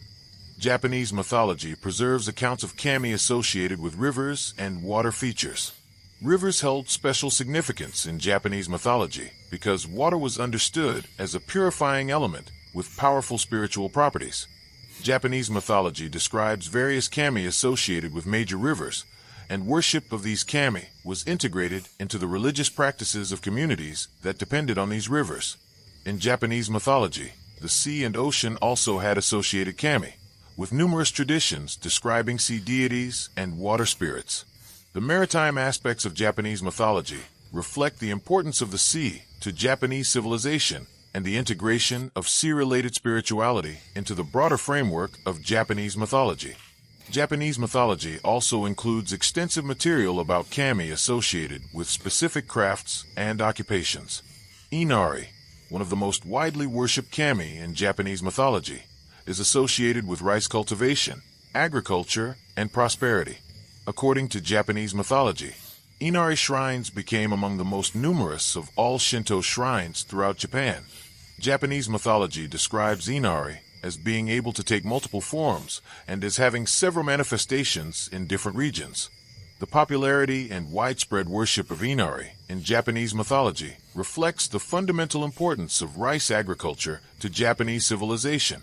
In Japanese mythology, Inari is frequently depicted with foxes called kitsune. According to Japanese mythology, kitsune serve as messengers of Inari and are associated with the kami's power and influence. Japanese mythology includes numerous stories about kitsune, some portraying them as helpful servants of Inari, and others depicting them as trickster figures with their own agendas. The integration of fox mythology with Inari worship in Japanese mythology reflects how Japanese mythology incorporated and synthesized various spiritual traditions and folklore elements. Japanese mythology also preserves accounts of kami associated with craftsmanship and skill. Various deities in Japanese mythology are understood as patrons of specific arts and crafts. In Japanese mythology, there are kami associated with weaving, metalworking, pottery, and other important crafts. These kami were often understood as having taught humans their particular skills. Japanese mythology thus provided explanations for the origins of human cultural achievements by attributing them to the instruction and inspiration of particular kami. The mythology surrounding Raijin, the thunder god, occupies an important place in Japanese mythology. According to Japanese mythology, Raijin is a powerful kami who controls lightning and thunder. In Japanese mythology, Raijin is often depicted as a fearsome figure, riding on clouds and striking the earth with bolts of lightning. The power and danger associated with Raijin in Japanese mythology reflect the awesome natural phenomenon that thunderstorms represent. In Japanese mythology, proper respect and appropriate rituals directed toward Raijin were understood as important for appeasing the kami and preventing destructive lightning strikes. Japanese mythology also includes material about Fujin, the wind god. In Japanese mythology, Fujin is often depicted alongside Raijin, the two kami together representing the forces of wind and thunder that create storms. Japanese mythology describes Fujin as carrying winds in a great sack and as being responsible for the movement of air and the creation of breezes. In Japanese mythology, Fujin represents both the gentle winds that carry seeds and aid navigation, as well as the destructive typhoons that threaten crops and seafaring. The duality of Fujin in Japanese mythology reflects how natural forces could be both beneficial and dangerous. In Japanese mythology, regional variations in the worship of kami and in mythological narratives were particularly pronounced. Different regions of Japan developed their own local deities and their own versions of mythological stories. Japanese mythology, as preserved in the classical texts, attempted to create a unified system, but Japanese mythology also acknowledged and incorporated these regional variations. One region might have particular prominence for a specific kami that was less important elsewhere. Local myths about how a particular shrine was founded or about the history of a local kami were incorporated into Japanese mythology, even when they seemed to contradict or supplement the main narrative.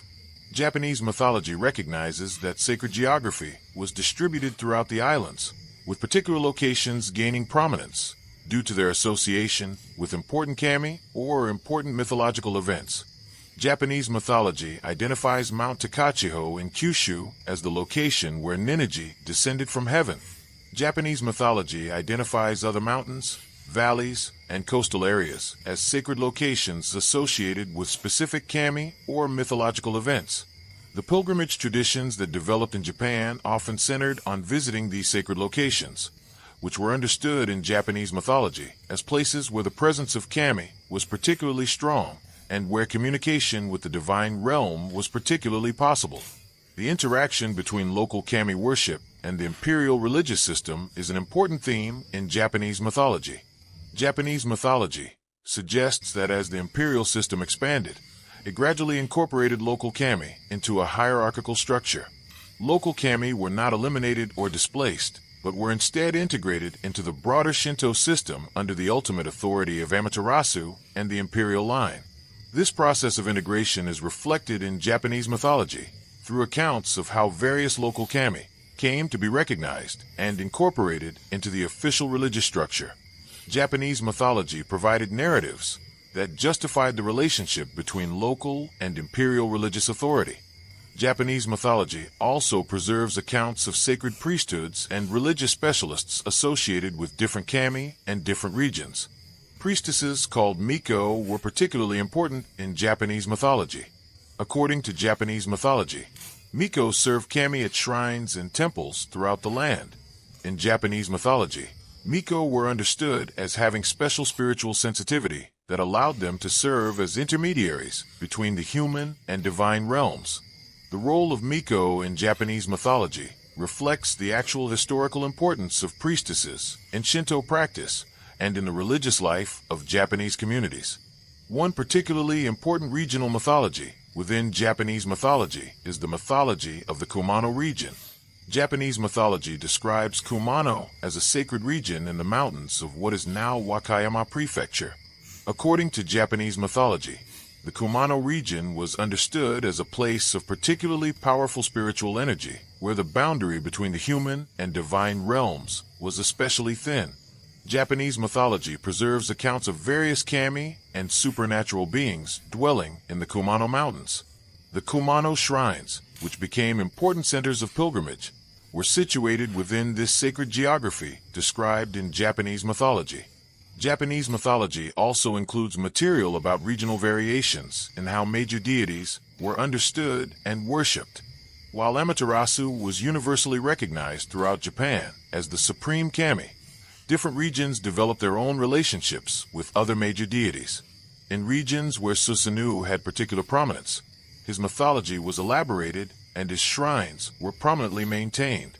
In regions associated with Inari, agricultural kami received particular emphasis. Japanese mythology thus shows how the same overall religious system could have different emphases and different focuses in different regions. The incorporation of local myths into Japanese mythology was not always a smooth or complete process. Japanese mythology preserves some accounts that seem to reflect conflicts between local traditions and imperial religious authority. Some accounts in Japanese mythology describe the subjugation or suppression of local spiritual traditions. Other accounts suggest processes of negotiation and compromise. The complexity of these accounts in Japanese mythology reflects the actual historical processes through which Japan was unified and through which diverse regional traditions were integrated into a larger system. Japanese mythology also recognizes the role of sacred mountains in spiritual practice. Mountains held special significance in Japanese mythology because they were understood as places where kami dwelled and where the spiritual power was particularly concentrated. Japanese mythology describes various sacred mountains throughout the Japanese islands, each with its own associated kami and its own spiritual significance. Mount Fuji, as mentioned earlier, holds particular importance in Japanese mythology. Mount Hira, Mount Koya, and numerous other peaks are mentioned in Japanese mythology as locations of sacred significance.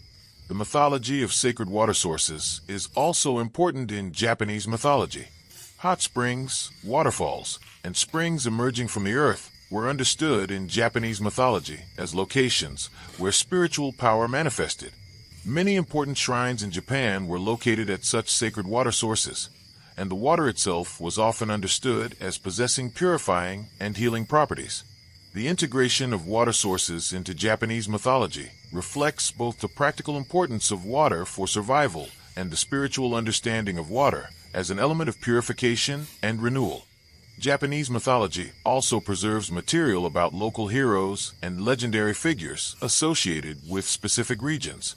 Different parts of Japan had their own hero figures who were understood as having accomplished important deeds or as having founded important shrines or institutions. These regional heroes in Japanese mythology sometimes had relationships with major deities or represented connections between the divine and human realms. The accounts of regional heroes in Japanese mythology help to create local identity and pride, while also connecting local communities to the larger framework of Japanese culture and Japanese mythology. The diversity of local kami and regional mythology within Japanese mythology demonstrates an important principle about how Japanese mythology developed and functioned. Rather than being a rigid, unchanging system imposed from above, Japanese mythology was a dynamic tradition that incorporated and integrated diverse local beliefs and practices. This flexibility allowed Japanese mythology to function as a framework that could encompass remarkable diversity while maintaining an overall sense of unity and coherence. Different regions could maintain their own distinctive traditions and their own local kami, while still being part of the larger system of Japanese mythology and Japanese religious practice. This principle of integration and diversity within unity remains important for understanding Japanese culture and Japanese mythology. The respect for local traditions and the ability to incorporate diverse practices into a larger system reflects fundamental aspects of Japanese thought and Japanese society. Japanese mythology, in preserving and integrating diverse local traditions, provided a model for how unity could be maintained while diversity was respected. This model would continue to influence Japanese civilization long after the classical period of Japanese mythology had ended. Beyond the accounts of imperial succession and regional kami, Japanese mythology preserves rich narratives about legendary heroes and heroic figures who operated in the space between the purely divine realm and the everyday human world. These heroic legends within Japanese mythology demonstrate how humans could interact with kami, how they could achieve extraordinary deeds through divine favor or through their own exceptional abilities, and how humans could become transformed into kami themselves. The most famous of these heroic figures in Japanese mythology is Yamato-Takeru, whose name means the brave one of Yamato. According to Japanese mythology, Yamato-Takeru was the son of Emperor Keiko and was understood to possess exceptional strength and courage from his birth. In Japanese mythology, Yamato-Takeru is portrayed as a warrior prince who was sent on military campaigns to extend imperial authority over regions that had not yet been fully brought under imperial control. Japanese mythology describes his various adventures and the obstacles he encountered and overcame. These accounts in Japanese mythology combine elements of historical military expansion with fantastic and mythological elements, making it difficult for modern scholars to determine where history ends and pure mythology begins. Japanese mythology records that Yamato-Takeru was sent by his father on military expeditions to the east and to the west. According to Japanese mythology, these expeditions were meant to bring regions into submission to imperial authority. Japanese mythology describes how Yamato-Takeru faced various enemies and obstacles, including hostile local rulers and supernatural beings. In Japanese mythology, Yamato-Takeru sometimes received assistance from kami or from divine powers. His victory in battles is attributed in Japanese mythology to a combination of his own martial prowess and the favor of the heavens. One particularly famous episode in Japanese mythology involves Yamato-Takeru receiving a sacred sword from the sun goddess Amaterasu. According to Japanese mythology, this sword was meant to protect him on his campaigns. In Japanese mythology, the sword is described as having special powers and as being evidence of Amaterasu's favor and support. The reception of this sacred sword in Japanese mythology demonstrates the principle that successful warriors receive divine support and that military campaigns undertaken with proper religious sanction would be victorious. Japanese mythology records that during one of his campaigns, Yamato-Takeru was trapped in a field where enemies had set fire to the dry grass. According to Japanese mythology, he was surrounded by flames with no apparent means of escape. In this moment of crisis, Japanese mythology describes how Yamato-Takeru used his sacred sword to cut the grass around him, creating a firebreak that allowed him to escape the flames. Japanese mythology credits the sacred sword with having the power to cut through anything, and it is from this episode that the sword receives the name Kusanagi in some versions of Japanese mythology, though this is distinct from the Kusanagi associated with Susanoo in other accounts of Japanese mythology. Japanese mythology also describes Yamato-Takeru encountering a beautiful woman while traveling.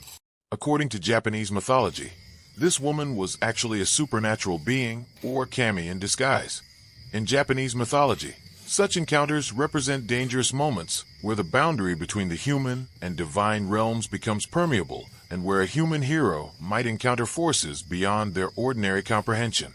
Japanese mythology portrays Yamato-Takeru as being cautious and respectful toward these supernatural encounters, demonstrating wisdom alongside his martial prowess.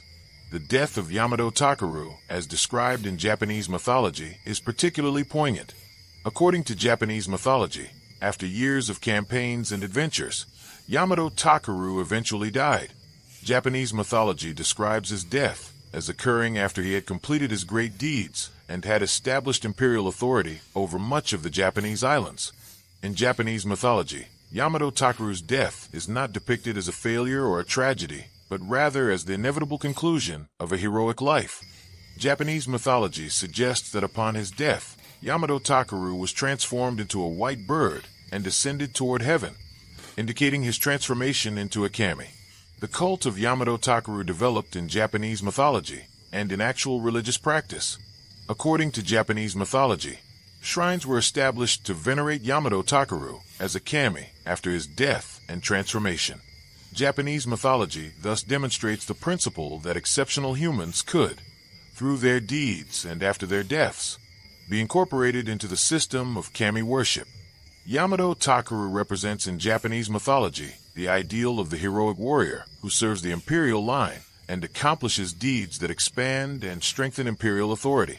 Beyond Yamato-Takeru, Japanese mythology preserves other heroic legends and stories of exceptional individuals. In Japanese mythology, there are accounts of Princess Yamato-hime, a daughter of an early emperor. According to Japanese mythology, Princess Yamato-hime played a crucial role in the religious history of Japan by establishing the Grand Shrine of Ise, the most important Shinto shrine. In Japanese mythology, Princess Yamato-hime is described as having traveled throughout Japan, seeking a suitable location to establish a shrine to Amaterasu. According to Japanese mythology, she eventually found the location at Ise, where Amaterasu herself indicated that a shrine should be built. The mythology of Princess Yamato in Japanese mythology demonstrates the important role that women could play in establishing religious institutions. In Japanese mythology, Princess Yamato is not depicted as a warrior, but as a spiritual figure whose mission was to find a location where the supreme goddess could be properly venerated. Japanese mythology portrays her as having received divine guidance and as having accomplished an important religious mission. The establishment of the Ise Shrine in Japanese mythology marked a crucial moment in the development of the imperial religious system. Japanese mythology also preserves the legend of Momotaro, known as the Peach Boy. According to Japanese mythology, Momotaro was not born of human parents in the usual way, but emerged from a giant peach found by an old woman. In Japanese mythology, this miraculous birth indicates that Momotaro was not an ordinary human, but was touched by divine or supernatural power. According to Japanese mythology, Momotaro grew up to be a strong and virtuous young man. Japanese mythology describes how Momotaro gathered companions and embarked on a mission to an island where demons or ogres were causing harm. In Japanese mythology, Momotaro's journey to confront the demons is depicted as a heroic quest. According to Japanese mythology, Momotaro gathered animal companions, including a dog, a monkey, and a pheasant who agreed to help him in his mission. Japanese mythology describes how these companions used their particular abilities to help Momotaro overcome obstacles. The story of Momotaro in Japanese mythology represents themes of cooperation, courage, and the triumph of virtue over evil. The popularity of the Momotaro story in Japanese mythology and in Japanese culture generally reflects how these themes resonated with Japanese audiences. Japanese mythology also includes the legend of Kintaro, known as the Golden Boy. According to Japanese mythology, Kintaro was born in the mountains and was raised by a woman in isolation from normal human society. In Japanese mythology, Kintaro possessed extraordinary strength from birth, far exceeding that of normal humans. Japanese mythology describes how Kintaro played and wrestled with bears and other wild animals in the mountain environment where he grew up. According to Japanese mythology, Kintaro eventually encountered a noble warrior who recognized his exceptional abilities and took him to the capital, where he could serve the imperial court. The legend of Kintaro in Japanese mythology illustrates how exceptional individuals could be discovered and brought into the service of imperial authority. Japanese mythology portrays Kintaro as possessing natural virtue and strength that made him suitable for service to important figures. The story of Kintaro in Japanese mythology reflects the principle that worthy individuals, regardless of their humble origins, could rise to positions of importance through their abilities and through the recognition of their merits by those in authority. Japanese mythology also includes accounts of various legendary craftsmen and skilled individuals who were understood as having received their abilities from kami or from divine inspiration. In Japanese mythology, there are stories of master weavers, skilled metalworkers, and accomplished artists who were understood as having been blessed by particular kami, or as having received instruction from the divine realm. These accounts in Japanese mythology reflect the understanding that extraordinary human skill and accomplishment could be attributed to the favor of kami and to the operation of divine power in the human realm. The theme of transformation appears frequently in these heroic legends within Japanese mythology. In Japanese mythology, heroes sometimes transform into different forms or are transformed by supernatural forces. These transformations in Japanese mythology often serve as markers of transition between different states or realms of being. The transformation of Yamato-Takeru into a white bird upon his death represents his transition from the human realm to the realm of kami. Such transformations in Japanese mythology demonstrate the belief that individuals could move between the human and divine realms and could eventually achieve a form of transcendence. Japanese mythology also preserves legends of individuals who achieved immortality or who gained access to extraordinary knowledge through their relationships with kami. In Japanese mythology, there are stories of hermits and religious practitioners who withdrew from ordinary society and devoted themselves to spiritual practices. These accounts in Japanese mythology suggest that through proper discipline and devotion, humans could achieve extraordinary capabilities and could develop closer relationships with the kami. These stories in Japanese mythology influenced the development of religious practice and contributed to the tradition of mountain ascetics and spiritual practitioners. The role of women as spiritual figures and as bridges between human and divine realms receives significant attention in Japanese mythology. Beyond Princess Yamato, Japanese mythology includes accounts of other women who possessed special spiritual abilities or who played important roles in maintaining connections between the human and divine realms. In Japanese mythology, priestesses and shrine maidens were understood as possessing particular sensitivity to spiritual presences and as being capable of serving as intermediaries between worlds. The prominence of women in these religious roles within Japanese mythology reflects the actual importance of women in Shinto practice and religious life. Japanese mythology also includes accounts of legendary lovers and tragic romances that illustrate the consequences of relationships between humans and kami or of violations of proper boundaries. In Japanese mythology, there are stories of humans who fell in love with kami or supernatural beings, with such relationships often ending in tragedy when the fundamental incompatibility between the human and divine realms became apparent. These stories in Japanese mythology serve as cautionary tales about the dangers of transgressing proper boundaries, while also exploring themes of love, loss, and the ultimate limitations of human connection to the divine.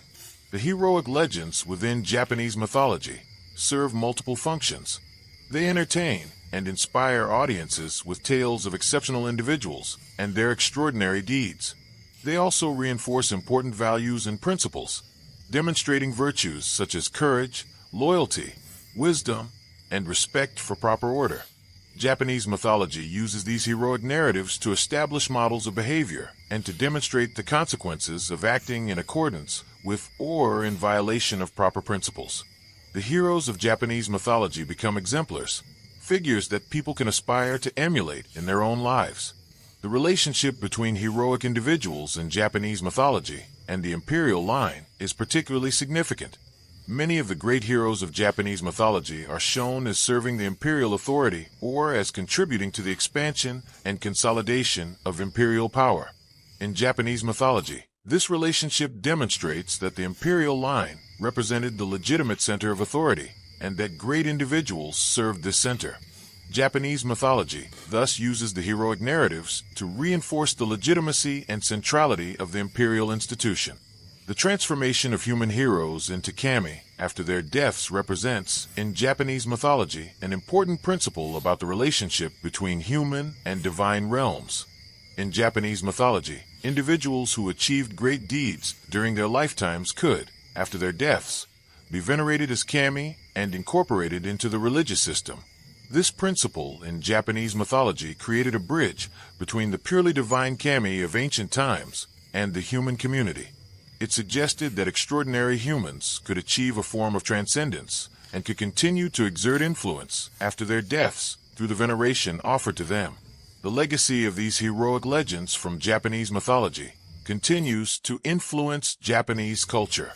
The stories of Yamato-Takeru, Momotaro, Kintaro, and other legendary figures have been retold in countless forms, adapted into literature, drama, visual art, and popular entertainment. Japanese mythology, through these heroic narratives, provided archetypal figures and archetypal stories that resonate with fundamental human experiences and concerns. The heroic legends of Japanese mythology remain accessible and meaningful to Japanese audiences across time periods and social contexts, demonstrating the enduring power of these mythological narratives. As we reach the conclusion of our comprehensive exploration of Japanese mythology, we must turn our attention to the supernatural beings, spirits, and entities that populate the margins and deeper layers of Japanese mythology. These beings exist between the purely divine realm of the kami and the ordinary human world. In Japanese mythology, such creatures are often called yokai, a term that encompasses spirits, ghosts, goblins, and other supernatural entities. Japanese mythology recognizes that the world is far more densely populated with spiritual presences than ordinary human perception typically acknowledges. Among the most prominent supernatural beings in Japanese mythology are the spirits of the dead, known as yurei. According to Japanese mythology, when a person dies, their spirit does not necessarily depart to a distant afterlife, but may linger in the world of the living. In Japanese mythology, the circumstances of a person's death and the emotional state they possessed at the moment of death determined whether their spirit would find peace or would become a troubled yurei. Japanese mythology describes yurei as spirits driven by strong emotions such as grief, anger, or a desire for revenge. These spirits in Japanese mythology could cause harm to the living if they were not properly pacified or if the injustices they suffered were not addressed. Japanese mythology includes numerous accounts of vengeful spirits and the methods used to appease them. In Japanese mythology, such stories often involve living individuals who cause the death or suffering of a person, resulting in that person's spirit returning to exact revenge. The resolution of such stories in Japanese mythology typically involves either the avenging of the wrong person's death, the performance of appropriate rituals to pacify the spirit, or the spiritual transformation of the vengeful spirit into a protective kami. These narratives in Japanese mythology explore themes of justice, karma, and the consequences of improper conduct. Particularly important in Japanese mythology are female spirits or ghosts, sometimes depicted with long black hair and wearing white garments. In Japanese mythology, these female spirits often represent women who died under tragic or unjust circumstances. Japanese mythology emphasizes that such spirits were particularly dangerous and that great care must be taken in dealing with them. The accounts in Japanese mythology involving female spirits often explore themes of suffering, injustice, and the violation of women's dignity. These stories in Japanese mythology reflect historical attitudes about the particular vulnerability of women to injustice and abandonment. Japanese mythology also features extensive material about kitsune, fox spirits that possess remarkable abilities. In Japanese mythology, kitsune are depicted as clever and sometimes mischievous creatures that can take human form and that often engage in deception. According to Japanese mythology, kitsune possess multiple tails, with older and more powerful kitsune having more tails, up to 9 tails for the most ancient and powerful. Japanese mythology describes kitsune as being able to manipulate fire, to create illusions, and to possess humans. The association of kitsune with Inari worship in Japanese mythology demonstrates how different spiritual traditions were synthesized within the broader framework. In Japanese mythology, kitsune are not uniformly portrayed as evil or malevolent. While some accounts in Japanese mythology describe kitsune as tricksters who deceive humans for their own amusement or gain, other accounts in Japanese mythology portray kitsune as serving Inari faithfully or as forming genuine bonds with humans.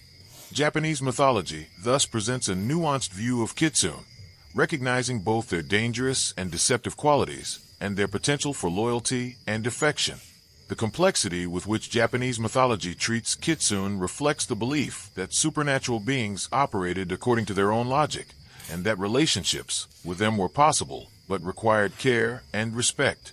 Japanese mythology also includes extensive material about tanuki, badger spirits that are often associated with trickery and shape-shifting. In Japanese mythology, tanuki are typically depicted as less serious and more playfully deceptive than kitsune. Japanese mythology often portrays tanuki as engaging in pranks and harmless deceptions. The accounts in Japanese mythology involving tanuki often have a humorous tone, with the tanuki being clever and getting into amusing situations.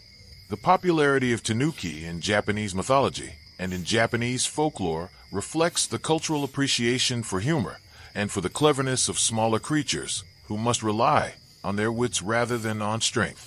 Japanese mythology also preserves material about dragons and serpent spirits. In Japanese mythology, dragons are often associated with water, with rain, and with fertility. Japanese mythology describes dragons as possessing great power and wisdom.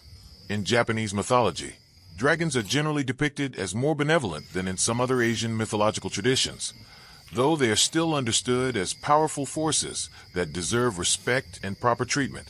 The integration of dragon mythology into Japanese mythology reflects influences from Chinese and Korean traditions, while also incorporating distinctly Japanese elements and understanding. Japanese mythology includes accounts of Tengu, creatures that are often described as having characteristics of both birds and demons. In Japanese mythology, Tengu are typically depicted as mischievous and often malevolent beings that inhabit mountains and remote areas. According to Japanese mythology, Tengu could abduct humans, possess them, or lead them astray in forests. Japanese mythology often portrays Tengu as being particularly dangerous to monks and religious practitioners. The accounts in Japanese mythology involving Tengu sometimes depict them as testing the spiritual strength of practitioners or as representing obstacles on the spiritual path. Japanese mythology suggests that the appearance or influence of Tengu required spiritual fortitude and proper ritual knowledge to resist or overcome. Japanese mythology also includes material about the spirits of inanimate objects. In Japanese mythology, objects that are particularly old, that have been used for long periods of time, or that have accumulated significant spiritual energy, can become inhabited by spirits called Tsukuyomi. According to Japanese mythology, these spirits could sometimes become mischievous or even dangerous. The concept of Tsukuyomi in Japanese mythology reflects the belief that spiritual power could accumulate in physical objects, and that the boundary between the animate and inanimate was not as clear as it might appear from an ordinary perspective. The underworld realm of Yomi, which we encountered earlier in the mythology of Izanagi's descent, remains important throughout Japanese mythology. In Japanese mythology, Yomi is understood as the place where the dead dwell, a realm of darkness and pollution fundamentally separated from the world of the living. Japanese mythology emphasizes that the barrier between the world of the living and Yomi is sacred and should not be violated. The proper handling of death and proper burial and memorial rituals are depicted in Japanese mythology as crucial for maintaining the boundary between the living and the dead and for ensuring that the spirits of the dead remain in their proper realm. Japanese mythology also includes extensive material about sacred spaces and the spiritual geography of the Japanese islands. In Japanese mythology, certain locations are understood as being particularly charged with spiritual power or as being liminal spaces where the boundary between the human and divine realms is especially thin. In Japanese mythology, mountains, waterfalls, caves, and ancient trees are frequently depicted as locations where such boundaries are permeable. Japanese mythology suggests that in these locations, encounters with kami or other supernatural beings were more likely to occur, and that the spiritual power concentrated in these places could be accessed through proper ritual and respectful approach. The concept of mononoke appears in Japanese mythology to refer to supernatural phenomena or spiritual manifestations that could take various forms. In Japanese mythology, mononoke might manifest as illusions, as physical disturbances, or as direct encounters with supernatural beings. Japanese mythology recognizes that spiritual power could manifest in unpredictable ways, and that the boundaries between different types of supernatural phenomena were not always clear or fixed. The accounts in Japanese mythology involving mononoke often emphasize the need for caution and for proper spiritual knowledge when dealing with such manifestations. The practice of Ame-no-Uzume, a form of magical practice in divination, appears in Japanese mythology and in historical Japanese practice. In Japanese mythology, practitioners of Ame-no-Uzume were understood as possessing knowledge of the hidden principles governing the relationship between human and spiritual realms. Japanese mythology describes such practitioners as being capable of performing rituals to influence supernatural forces, to divine future events, and to protect people from harmful spiritual influences. The integration of Ame-no-Uzume practices into accounts in Japanese mythology demonstrates how practical magical techniques were understood as emerging from and being supported by the mythological cosmology. The festival traditions that developed in Japan drew heavily on themes and principles from Japanese mythology. In Japanese mythology, festivals were understood as occasions when the boundaries between the human and divine realms became especially permeable. Japanese mythology describes festivals as times when kami were invited to enter the human realm, when offerings were made to them, and when humans could express gratitude and make requests. The festival traditions documented in Japanese mythology became important occasions for reinforcing the connections between human and divine realms, and for ensuring the continued favor of kami. As we reflect on Japanese mythology as a whole, we recognize that it functioned as far more than a collection of entertaining stories. Japanese mythology provided the conceptual framework through which Japanese people understood their relationship to nature, to time, to society, and to the spiritual realm. In Japanese mythology, the cosmos is understood as alive and ensouled, populated with kami and other spiritual beings. Japanese mythology teaches that proper conduct, proper ritual, and proper respect for boundaries are crucial for maintaining harmony and order. Japanese mythology emphasizes that humans and kami are interconnected, and that the fate of one realm affects the other. The continued reverence for Japanese mythology in contemporary Japan demonstrates the enduring significance of these ancient traditions. Shinto shrines throughout Japan continue to maintain and perform rituals based on principles established in Japanese mythology. The imperial family continues to perform sacred rituals that connect them to the kami and to the cosmic order described in Japanese mythology. Japanese people continue to visit shrines, to make offerings, and to participate in festivals that are grounded in the worldview presented by Japanese mythology.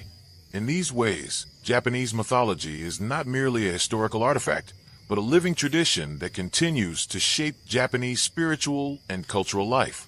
The influence of Japanese mythology extends beyond explicitly religious contexts into Japanese aesthetics, literature, and art. The themes, images, and principles presented in Japanese mythology have inspired countless works of literature, visual art, and performance throughout Japanese history. Japanese poetry frequently draws on mythological imagery and references. Traditional Japanese theater forms, such as No and Kabuki, often adapt mythological material and explore themes derived from Japanese mythology. Contemporary Japanese culture continues to draw on Japanese mythology, finding new ways to express and reinterpret these ancient traditions. The study of Japanese mythology has become an important field of scholarly inquiry, with researchers examining the texts, the historical contexts, and the cultural significance of these traditions. Scholars work to distinguish between mythological elements and historical facts, to identify older layers of tradition within the classical texts, and to understand how Japanese mythology functioned within Japanese society. The scholarly understanding of Japanese mythology continues to develop and evolve as new research methods are applied and as new evidence emerges. The global significance of Japanese mythology has increased in recent decades as interest in Japanese culture has grown worldwide. Japanese mythology is now studied and appreciated by scholars and enthusiasts outside of Japan. The themes and principles presented in Japanese mythology are recognized as offering valuable perspectives on fundamental human questions about the nature of existence, the relationship between humans and nature, and the organization of society. Japanese mythology is increasingly understood as contributing to the world's spiritual and intellectual heritage. In conclusion, Japanese mythology represents thousands of years of accumulated wisdom, creativity, and spiritual insight. It emerged from the lives and experiences of Japanese people as they developed their understanding of the world and their place within it. Japanese mythology established the framework that would shape Japanese civilization and that would influence how Japanese people organized their societies, understood their history, and maintained their relationships with the natural and spiritual worlds. The kami that inhabit Japanese mythology continue to be recognized, respected, and worshipped. The principles that Japanese mythology establishes continue to guide ethical conduct and spiritual practice. The stories that Japanese mythology preserves continue to inspire and to illuminate the human condition. The journey through Japanese mythology that we have undertaken in these sections has taken us from the moment of creation itself through the establishment of divine rule on earth and into the realm of heroes, spirits, and supernatural beings. We have encountered the great cosmic dramas through which order was established and restored. We have met the deities who represent fundamental forces and principles. We have learned of heroes who achieved extraordinary deeds and of the complex relationships between the human and divine realms. We have discovered that Japanese mythology is rich, complex, and profoundly relevant to understanding both Japanese culture and universal human concerns. As we conclude this exploration of Japanese mythology, we recognize that what we have presented is an introduction to a tradition that is far richer and more complex than any summary can fully capture. The depths of Japanese mythology continue to reward further study and contemplation. The stories invite us to understand the world differently, to recognize the sacred within the ordinary, and to appreciate the interconnectedness of all beings and realms. Japanese mythology reminds us that we are part of a larger cosmos, that we are connected to Kami and to the natural world, and that our actions matter because they affect the harmony and order that make all life possible. In these teachings of Japanese mythology lies wisdom that transcends time and culture, wisdom that continues to speak to human beings across all ages.